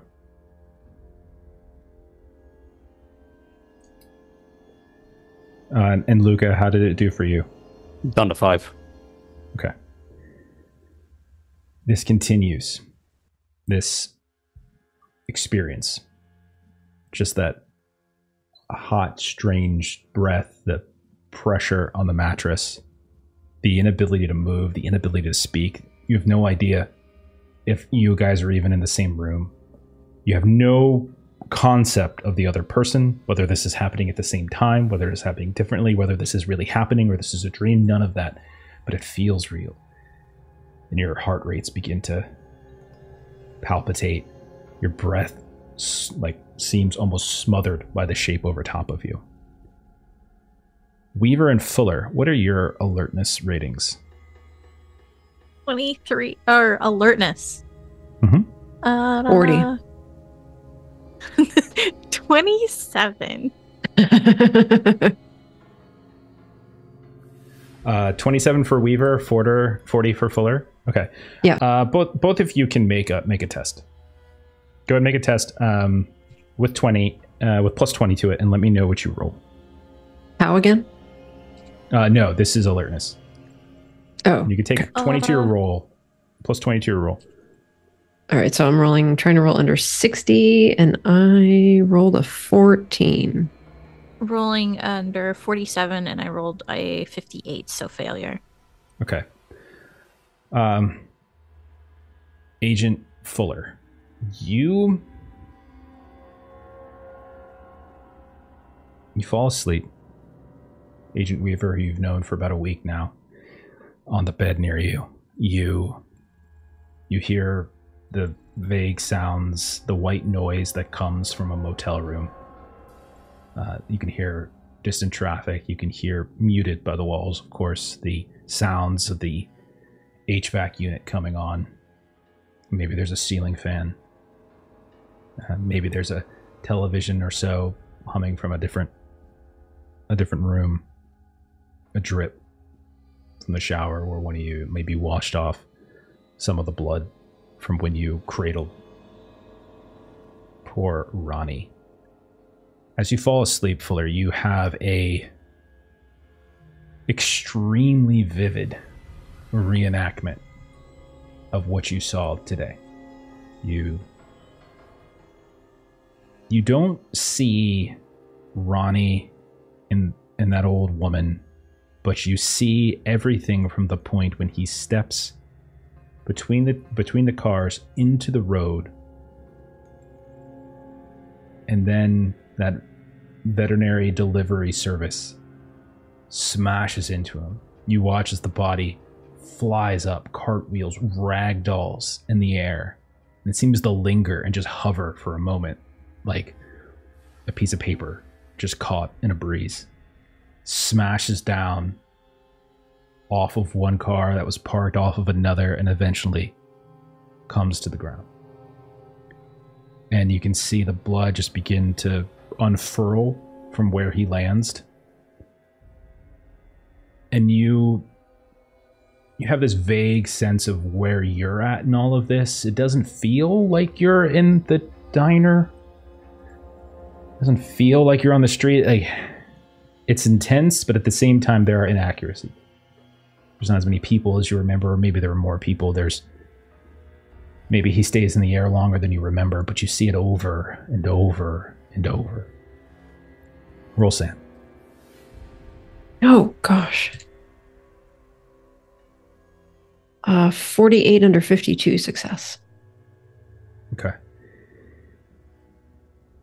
Your dream lasts the entirety of your sleep, and it keeps coming back. And maybe it's just one singular play that's just intense and slow, or maybe it's a series on the loop. Either way, you feel yourself just reenacting it over and over. You can't even wake yourself up. Morning eventually comes. And Agent Weaver, you wake without issue. Agent Fuller, you wake feeling exhausted, having the memories of Ronnie's death very vivid. It's the type of dream that you recall every single detail, and it doesn't, and it's not fleeting. It's still there. In the guy's room, Inferno, you wake up. You do not get to restore your willpower that you would normally get for a night's sleep, but Fuller and Weaver, you do. Inferno, you feel extraordinarily exhausted. You remember the entirety of the dream, the encounter, whatever it was, whatever that thing was. You look around, your alertness is high enough that if someone was in bed with you or something, it doesn't look like they're there now, and it doesn't look like they left any residue. When you look over towards Agent Price, he is not awake. And when you try to rouse him, he does not wake up. The alarm goes off. He does not wake up. You shake him. He does not wake up. You slap him. He does not wake up. You throw water on his face. He does not wake up. And he is catatonic on the bed. What do you guys want to do? Is he alive? You check his pulse. He is very much alive, breathing, shallow, but he is alive. Doesn't seem as though he's having any issues there.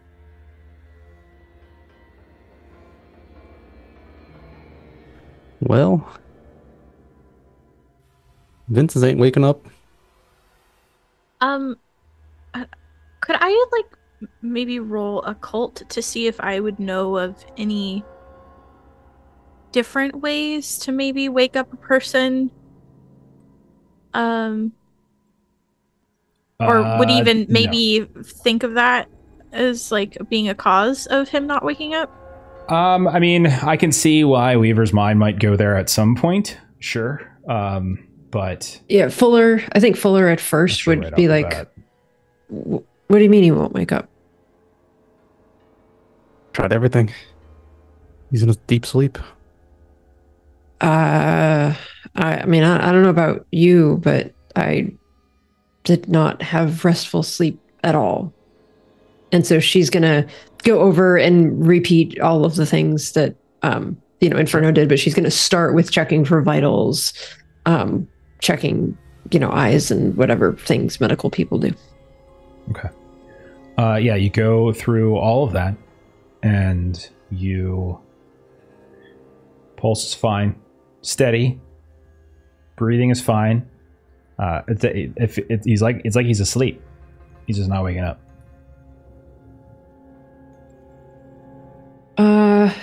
Fuller would want to try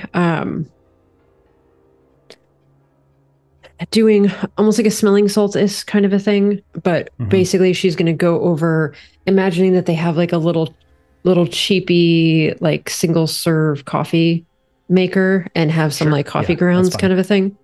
And so she's going to go kind of grab that and just kind of under his nose, see if she can kind of get him awake that way.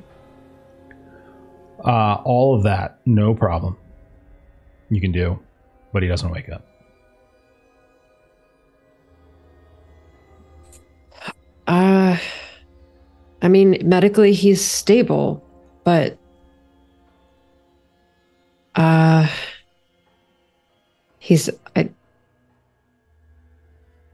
Sorry, I was mimicking putting a pillow over his head and firing a gun. Yeah. Into the pillow. I was looking away from the screen for a second and I was like, oh gosh. I mean, he's fine. He's asleep. He's just not coming around. Maybe he got hit pretty hard. Maybe he just needs to heal up a little bit. It's not a coma, is it? I mean, for right now, medically doesn't. You can roll a medicine test. Yeah, you give him medicine. Okay. Because from what I know, they seem like they might be similar in presentation, but what do I know? That's a 98 over 64. You know absolutely nothing. Yeah. I know dead people. Not so much with the living people. Yeah, he's definitely alive. His muscles feel kind of tense. He feels fairly stiff. Like he's constantly tensing up. Like if you think about that, but at the same time he's sleeping. What that means, I don't think Fuller knows for sure. It's not like rigor mortis type stiffness. It's generally just like someone like kind of clenching. Wow. Fuck. This puts a real kink in our plans for today. Let him sleep in for the afternoon. We'll check on him later. Should we leave him alone, though? It's fine. The maid might come by, but that's about it. Just hang the sign outside and nobody will come in the room. That'll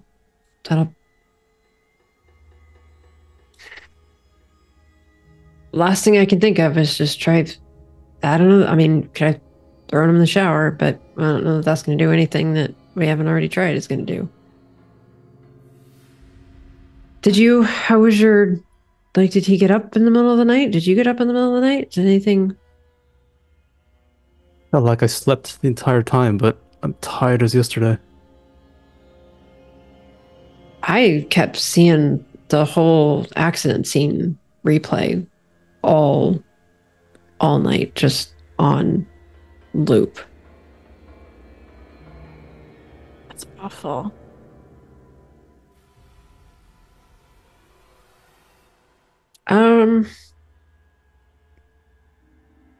So Agent Fuller has an idea that's a really bad idea. Those are the only ones we accept here. What do you got? Like some kind of drug or something might wake him up. Okay. Like some kind of. Do you have this drug? Go find some ephedrine or something. So we're just gonna see, troll the high school, see if you get some Adderall. I have some cocaine in our other game. Right. That is true. You do have cocaine. Got a whole brick of it. Yeah. I got a dainty baggie. Okay, I'm a classy woman. Giant brick of it. Anyhow, what is the plan? What do you guys want to do? We'll say this. It's been maybe an hour so far. What like just the basics? Yeah, whatever it would take to get some kind of like try to saying like an adrenaline shot or something. Sure. You are a medical professional, a medical examiner. So you I don't know if you could just buy adrenaline though. I don't think that's an over-the-counter kind of medicine. Is it? Does anyone know? You know, 5-hour energy drinks came out in 2004. Should we just fly him with some 5-hour energy drinks? So you could get an EpiPen or something, maybe. Yeah, like that's exactly what I was Googling, was like an EpiPen, which would be basically, they're not cheap, but something like that would work and is probably purchasable over the counter. I'm going to assume it probably requires a prescription, but I mean, you are a medical professional. You could always write a prescription. That is a thing that I will do. Okay. So that means putting your actual name on this and writing a prescription. Are you giving it to someone in particular? Are you giving it to Inferno to go submit? Are you giving it to Weaver? You can't write it for yourself, but you can write it for Weaver. You can write it for Inferno. Do you do that? Yes, I will do that. Okay. So Weaver or Inferno? Sorry. I asked like a yes or no question. You're like, I missed it. It was or I asked like an either. I missed it. It was an either or. I'll say Weaver. Okay. So I see the conversations going on in the private chat. I will let you guys know that is not what this is. Okay. Just so you know that you're not wasting time. Okay. So Melissa, you go ahead and you write the script. You give it to Weaver. Weaver, you go fill it out at CVS. Maybe all that takes like an hour or something like that. You come back. You eject Price. Just smash him right there in the face or in the chest or whatever, like wherever are the quickest ways, and nothing happens. Now, Fuller, you would know that even in the most exhausted state, that would have woken that guy up for sure. Like nothing of this is working. This isn't just a case of someone being extremely tired. It seems a little odd. And then the fact that his muscles are so tense also feels peculiar. All right. I think we can, the extent of my knowledge, I think we can rule out a medical issue here. There was reference in the journal to stuff happening at night during sleep. I think our original plan to have a conversation with Kurt, if he was having the dreams and he knew that Ronnie was having the dreams, maybe this has happened to them before. Maybe they know something, but this isn't a medical thing. Like that should have woken him up. If he's green, maybe we could bring him back here. We'll see. We'll need to talk to Naomi's mother too. Maybe that child really did do something. Oh, I don't think that. I mean, unless she's not really a kid, and then she definitely did something. Yeah, there definitely could be that. I'm not thrilled with just leaving him here by himself, but we've got ground to cover.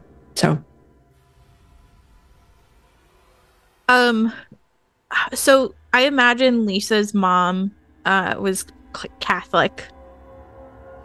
Lisa herself isn't super Catholic, but like she grew up in it. So she is going to take the time to very superstitiously come and say some prayers above him before she goes along and she leaves. Okay. Agent Weaver, you're whispering some prayers over top of Agent Price. Fuller, Inferno, you're out in the car, you're getting ready, or you're at the door, whatever it might be. It's at that point that you watch as Agent Price jerks up, full on, like whole body just jerks up out of where he was laying, nearly banging his head against Agent Weaver as he does so. And Price, when you remember everything. I mean, so do you, Inferno, but you remember everything, Price, and you feel in your muscles this extraordinarily terrible pain. It feels like you haven't moved for days. What do you do, Price? I think I start throwing up. I just like get to the floor and just start retching. Lisa quickly tries to get a bucket or a trash can underneath him. Her mom instincts kicking in. He doesn't have hair for her to hold back, really, but she went for it. Jesus Christ. What the fuck was wrong with you? It felt like it lasted a month. There was something on the bed. Like Ronnie's dreams? Yeah. And then like that's when, like, if you guys were like out in the car, Lisa will get up and like bring you guys back into the room. We were just right outside the door. Oh, okay. Walk back in. What, like, what else do you remember? I couldn't move. It walked across the room. It got on the bed. I was trapped. Is this like normal for hags? I thought this was like sleep paralysis demon shit. There's no normal. Are those real? It's just not. I don't. Okay, you feel like shit because we tried everything we could to wake you up. Fuller, she got you like a shot that we put in you that should have woken you up. Everything we did didn't wake you up. Yeah, if you've got a racing heart rate, apologies. Just trying to. It didn't work to wake you up, I don't think. But sorry, sorry about that. Finn is just like only hearing half of this as he's just like trying to recover himself. Lisa's like rubbing your back. Do you have any water, Fuller? Inferno, I need you to roll a sand test as you hear Agent Price describe what happened. You realize it's very much what happened to you. Inferno.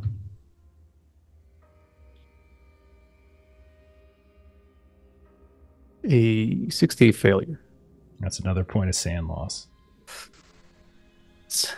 Sounds like my dream last night. You guys had the same dream? It's not like he was in my dream. You both were who saw that creepy little kid. Fuck that kid. And the lights went out for both of you separately when you were alone.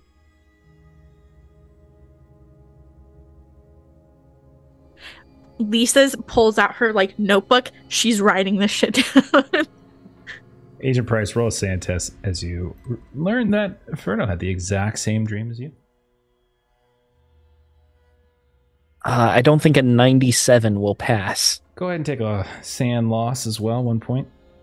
Oh, God. And I would use my willpower to project it onto a bond. Oh, wait, I'm out. You're out of bonds? Wait. Out of willpower. Oh, out of willpower. Yeah, that's true. Oh, gosh. Yeah. Okay. This is really fucking creepy, and we need to get a move on with this investigation. Price, go brush your teeth. Your breath is awful. And then we're gonna go talk to that Kurt guy. I'm not going anywhere today. We're not leaving you here by yourself. We just couldn't wake you up. Like, it's fine. Clean yourself up. I don't I'm care not if you going fucking anywhere sit today. in the car. You are not my mother. I am not going anywhere today. And she just looks at Fuller, and they share like that look of like, men, really? Yeah, I go in the bathroom, I close the door, lock it, and you hear the shower turn on. And Fuller just sort of looks over to Inferno. I hear the shower turn on. I start running. Oh no.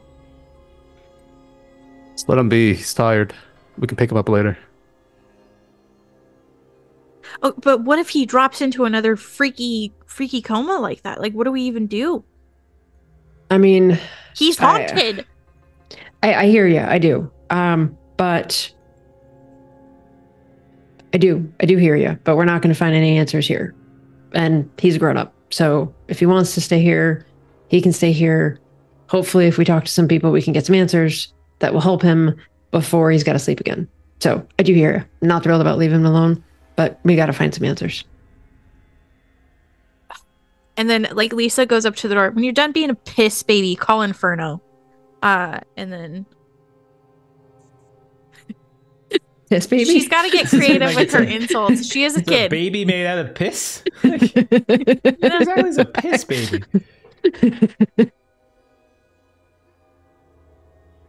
All right, so what is your plan of attack now for the day? What's your idea? Roll up to the apartment again. Got a couple people to talk to. Yeah. Should we hit the bookstore first and then I can go back with Price and just study the book there, or now that it's three of us, I think we just go together. Okay.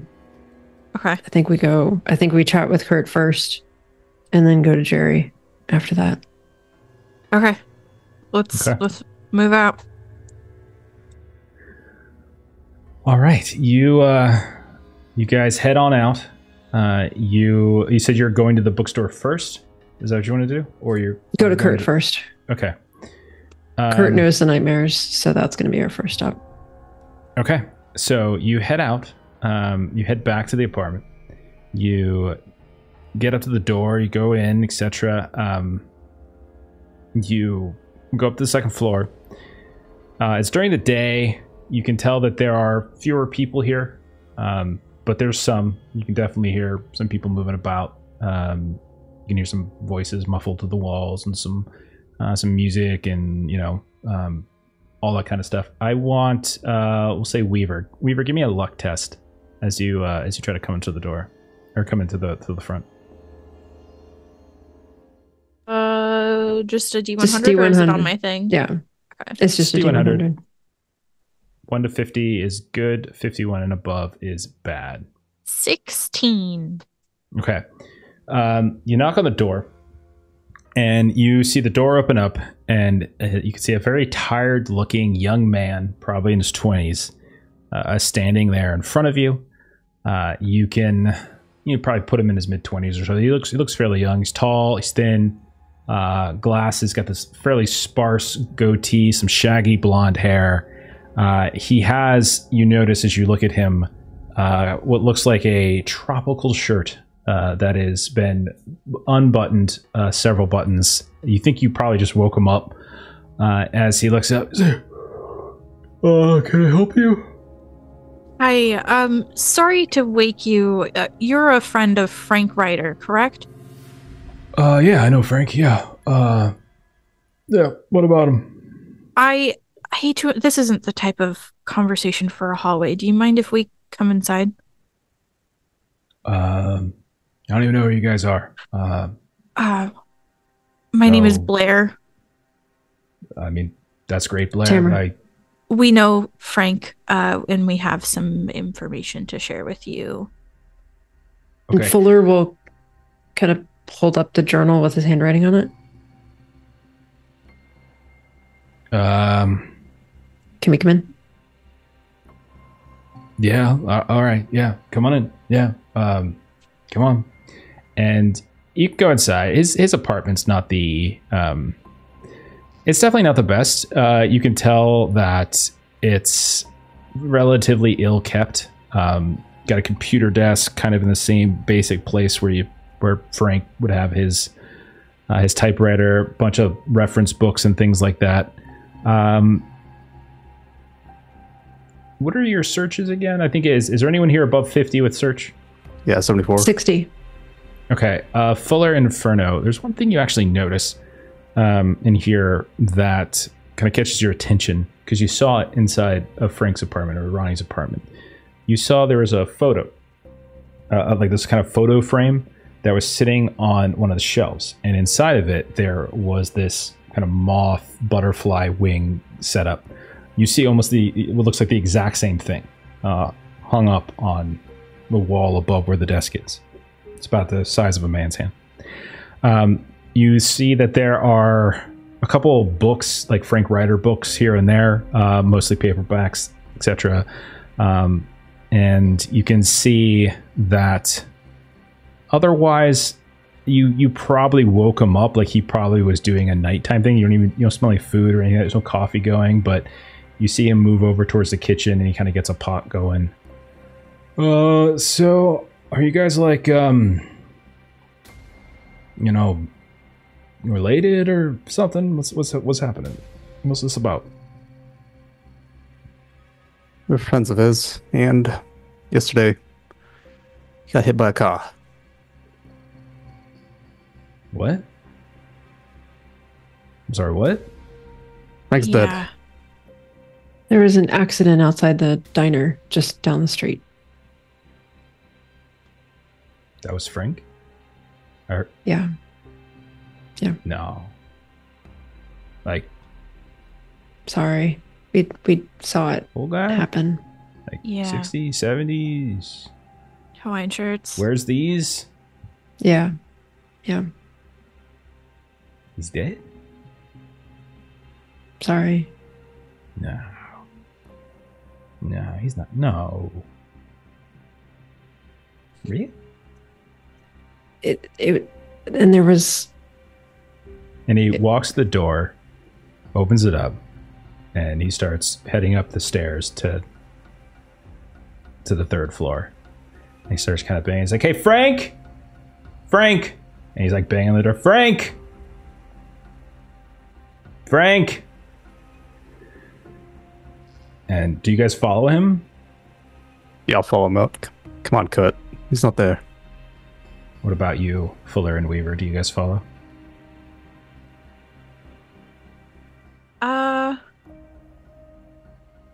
Weaver Fuller would. will. Yeah, I mean, I would say we'll leave one person in the apartment. So, Okay. if Weaver follows, Fuller will stay. Okay. So as you go up, you can see the Inferno Weaver. You're standing behind him. He's knocking on the door. He's not answering. And he kind of turns towards you guys, and you can see he's crying. He's literally got tears coming down his face. He's like, "Who are you? You say you're friends? I am his friend. I'm like his only friend. What are you talking about? I don't know you. Like, what do you We're mean also, you're friends of his? like, coworker friends. Coworker friend? What are you talking about? He's retired. He's living off royalties and such for his books. You're not in what the fuck? Oh my god.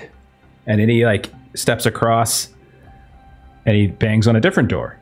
Mm-hmm. He's like, Maddie, are you there? It's Kurt. Something happened to Frank. Maddie, god damn it. Come on, Kurt. Let's head back. Let's talk. He's just kind of like, what? Oh my god. Oh my god. All right. And you kind of lead him back. While you were gone, Fuller, was there anything you wanted to do while you're in the room? Yeah, I'm doing just kind of a search of what I can see. I don't want them to walk back in and she's like, rifling through stuff, but she's taking a look at what's hanging on the wall. Does it look like anybody else lives here? Looks like it's just kind of one person's clothes, one pillow on the bed, that kind of snooping.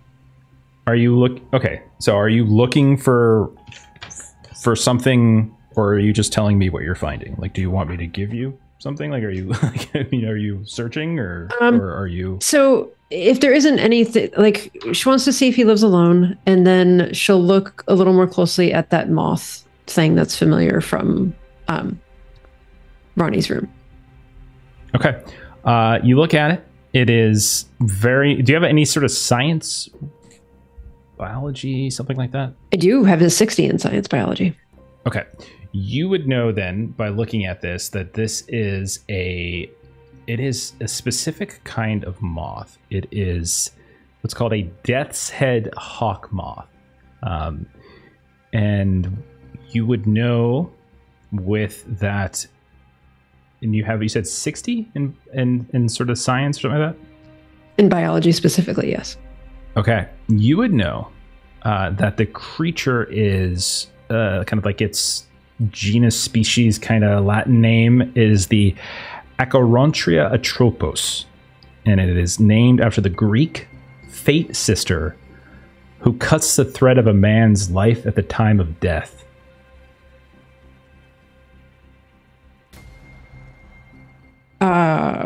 And it's one of those things where like she gets this look of recognition on her face, and then she like looks around like she wants to share that with someone, and no one else is there. And so she's just sort of pondering that bit of information. She'll kind of look back down the hall to see if they're about to come back yet. Okay. And so we'll say at that point the door opens, Weaver comes in with like maybe an arm around Kurt. Inferno, as you're about to step through the door behind them, you hear, "Hey!" Oh, hey there, Naomi. And you look over down the hall, just kind of hiding in the shadows. "Did the bad man not come with you today?" And He's taking a bit of a break. We'll end it on that. Oh, shit. Hate that kid. I know you do. So... Okay. All right. Gosh. There we go. Oh, goodness. All right, that is that. We are into it now. We are into it. We now. are in it. Okay. In it. I feel the need to defend myself a little bit. Yes, I'm being my characteristic stubborn. However, Vin cannot pass on any test until he gets willpower back. So him going out is just a recipe for him to get even more hurt. Yeah, after about 8 hours, we'll say you'll get your D6 back. I'll probably still have you once you wake up. You'll probably, after you take a nap or something like that, you'll probably still be exhausted. We'll probably give you the 10% penalty on rolls until you get a full proper night's sleep. But that's what I'm thinking. I just wanted to explain to the audience why I was being stubborn that occasion. Yeah. Steven? No defense on other occasions. The whole thing in the very beginning where I'm just like, here's this handout, Steven. And he's like, I'm not going to I share was with anyone. building dramatic tension. That's what you call it. I was name dropping here and there, giving little tidbits from it. All right. Well, and when we went back to you, I was so confused. I was like, how do you know all of this stuff? And I was like, all right, you've seen a thing that we haven't seen yet. Speaking of name dropping, let's go and do some closing plugs. Next stuff coming up, we got Saturday tomorrow. We got some Call of Cthulhu, continuing our Eternal Lies campaign. Monday, we are starting up a new Alien campaign. As we're getting back to our Cinders of Heaven game, brand new, fresh chapter. If you never watched any of our Alien stuff before, perfect time to hop in. You don't have to watch any of the others to know what the hell's going to be going on with this one. So very excited to get into that. What are we doing Tuesdays, Steven? I think we're taking the week off, aren't we? No, I'm kidding. We're going to this guy. We're going to play Cloud Empress. It's a mothership hack. If you've ever seen the anime film Nausicaa of the Wind, it's very similar thematically. It's about bugs and chalk and magic. It's like a post-apocalyptic fantasy. Should be a lot of fun. Fan-freaking-tastic. Looking forward to that. Then Thursday of next week, another new game. That's right. We have 3 new games in 1 week. That's crazy, as we are going to start Simbaroom as we push to start back time a week. So we're going to do it next week. Very excited to get into that. And then Friday in this time slot next week, we're doing Warhammer 40k, Wrath and Glory. And in 2 weeks, we'll be back with more deltagreen with a special surprise that I'm not going to tell anyone at all about. And no one here knows. Ashley, I said no one here knows. Shut the hell up. Okay. Oh, I forgot. I'm gonna wipe it from my memory. Hop into the Discord, come hang out with us, come talk to us. We got a brand new Discord. Come join us. Sign up for some play tests for old Huckleberry. Is that right, Steven? That's right. It's my Weird West game that I'm designing. It's been getting rave reviews from my mother and my sisters. They all say that I'm fantastic and it's the best game ever made. So you should come join the Discord and play with me. Did you get my gold star sticker in the mail yet? No, I haven't been to the mail recently. I'll go tomorrow and check for it. All right, y'all. Well, we're going to take off for tonight. We're going to go ahead and raid. Someone mentioned 20 sides to every story. And so let's rate them because they're doing Forbidden Lands and we like Forbidden Lands. So we're going to see y'all later. Have a great rest of your night and come back tomorrow. Bye-bye. Bye.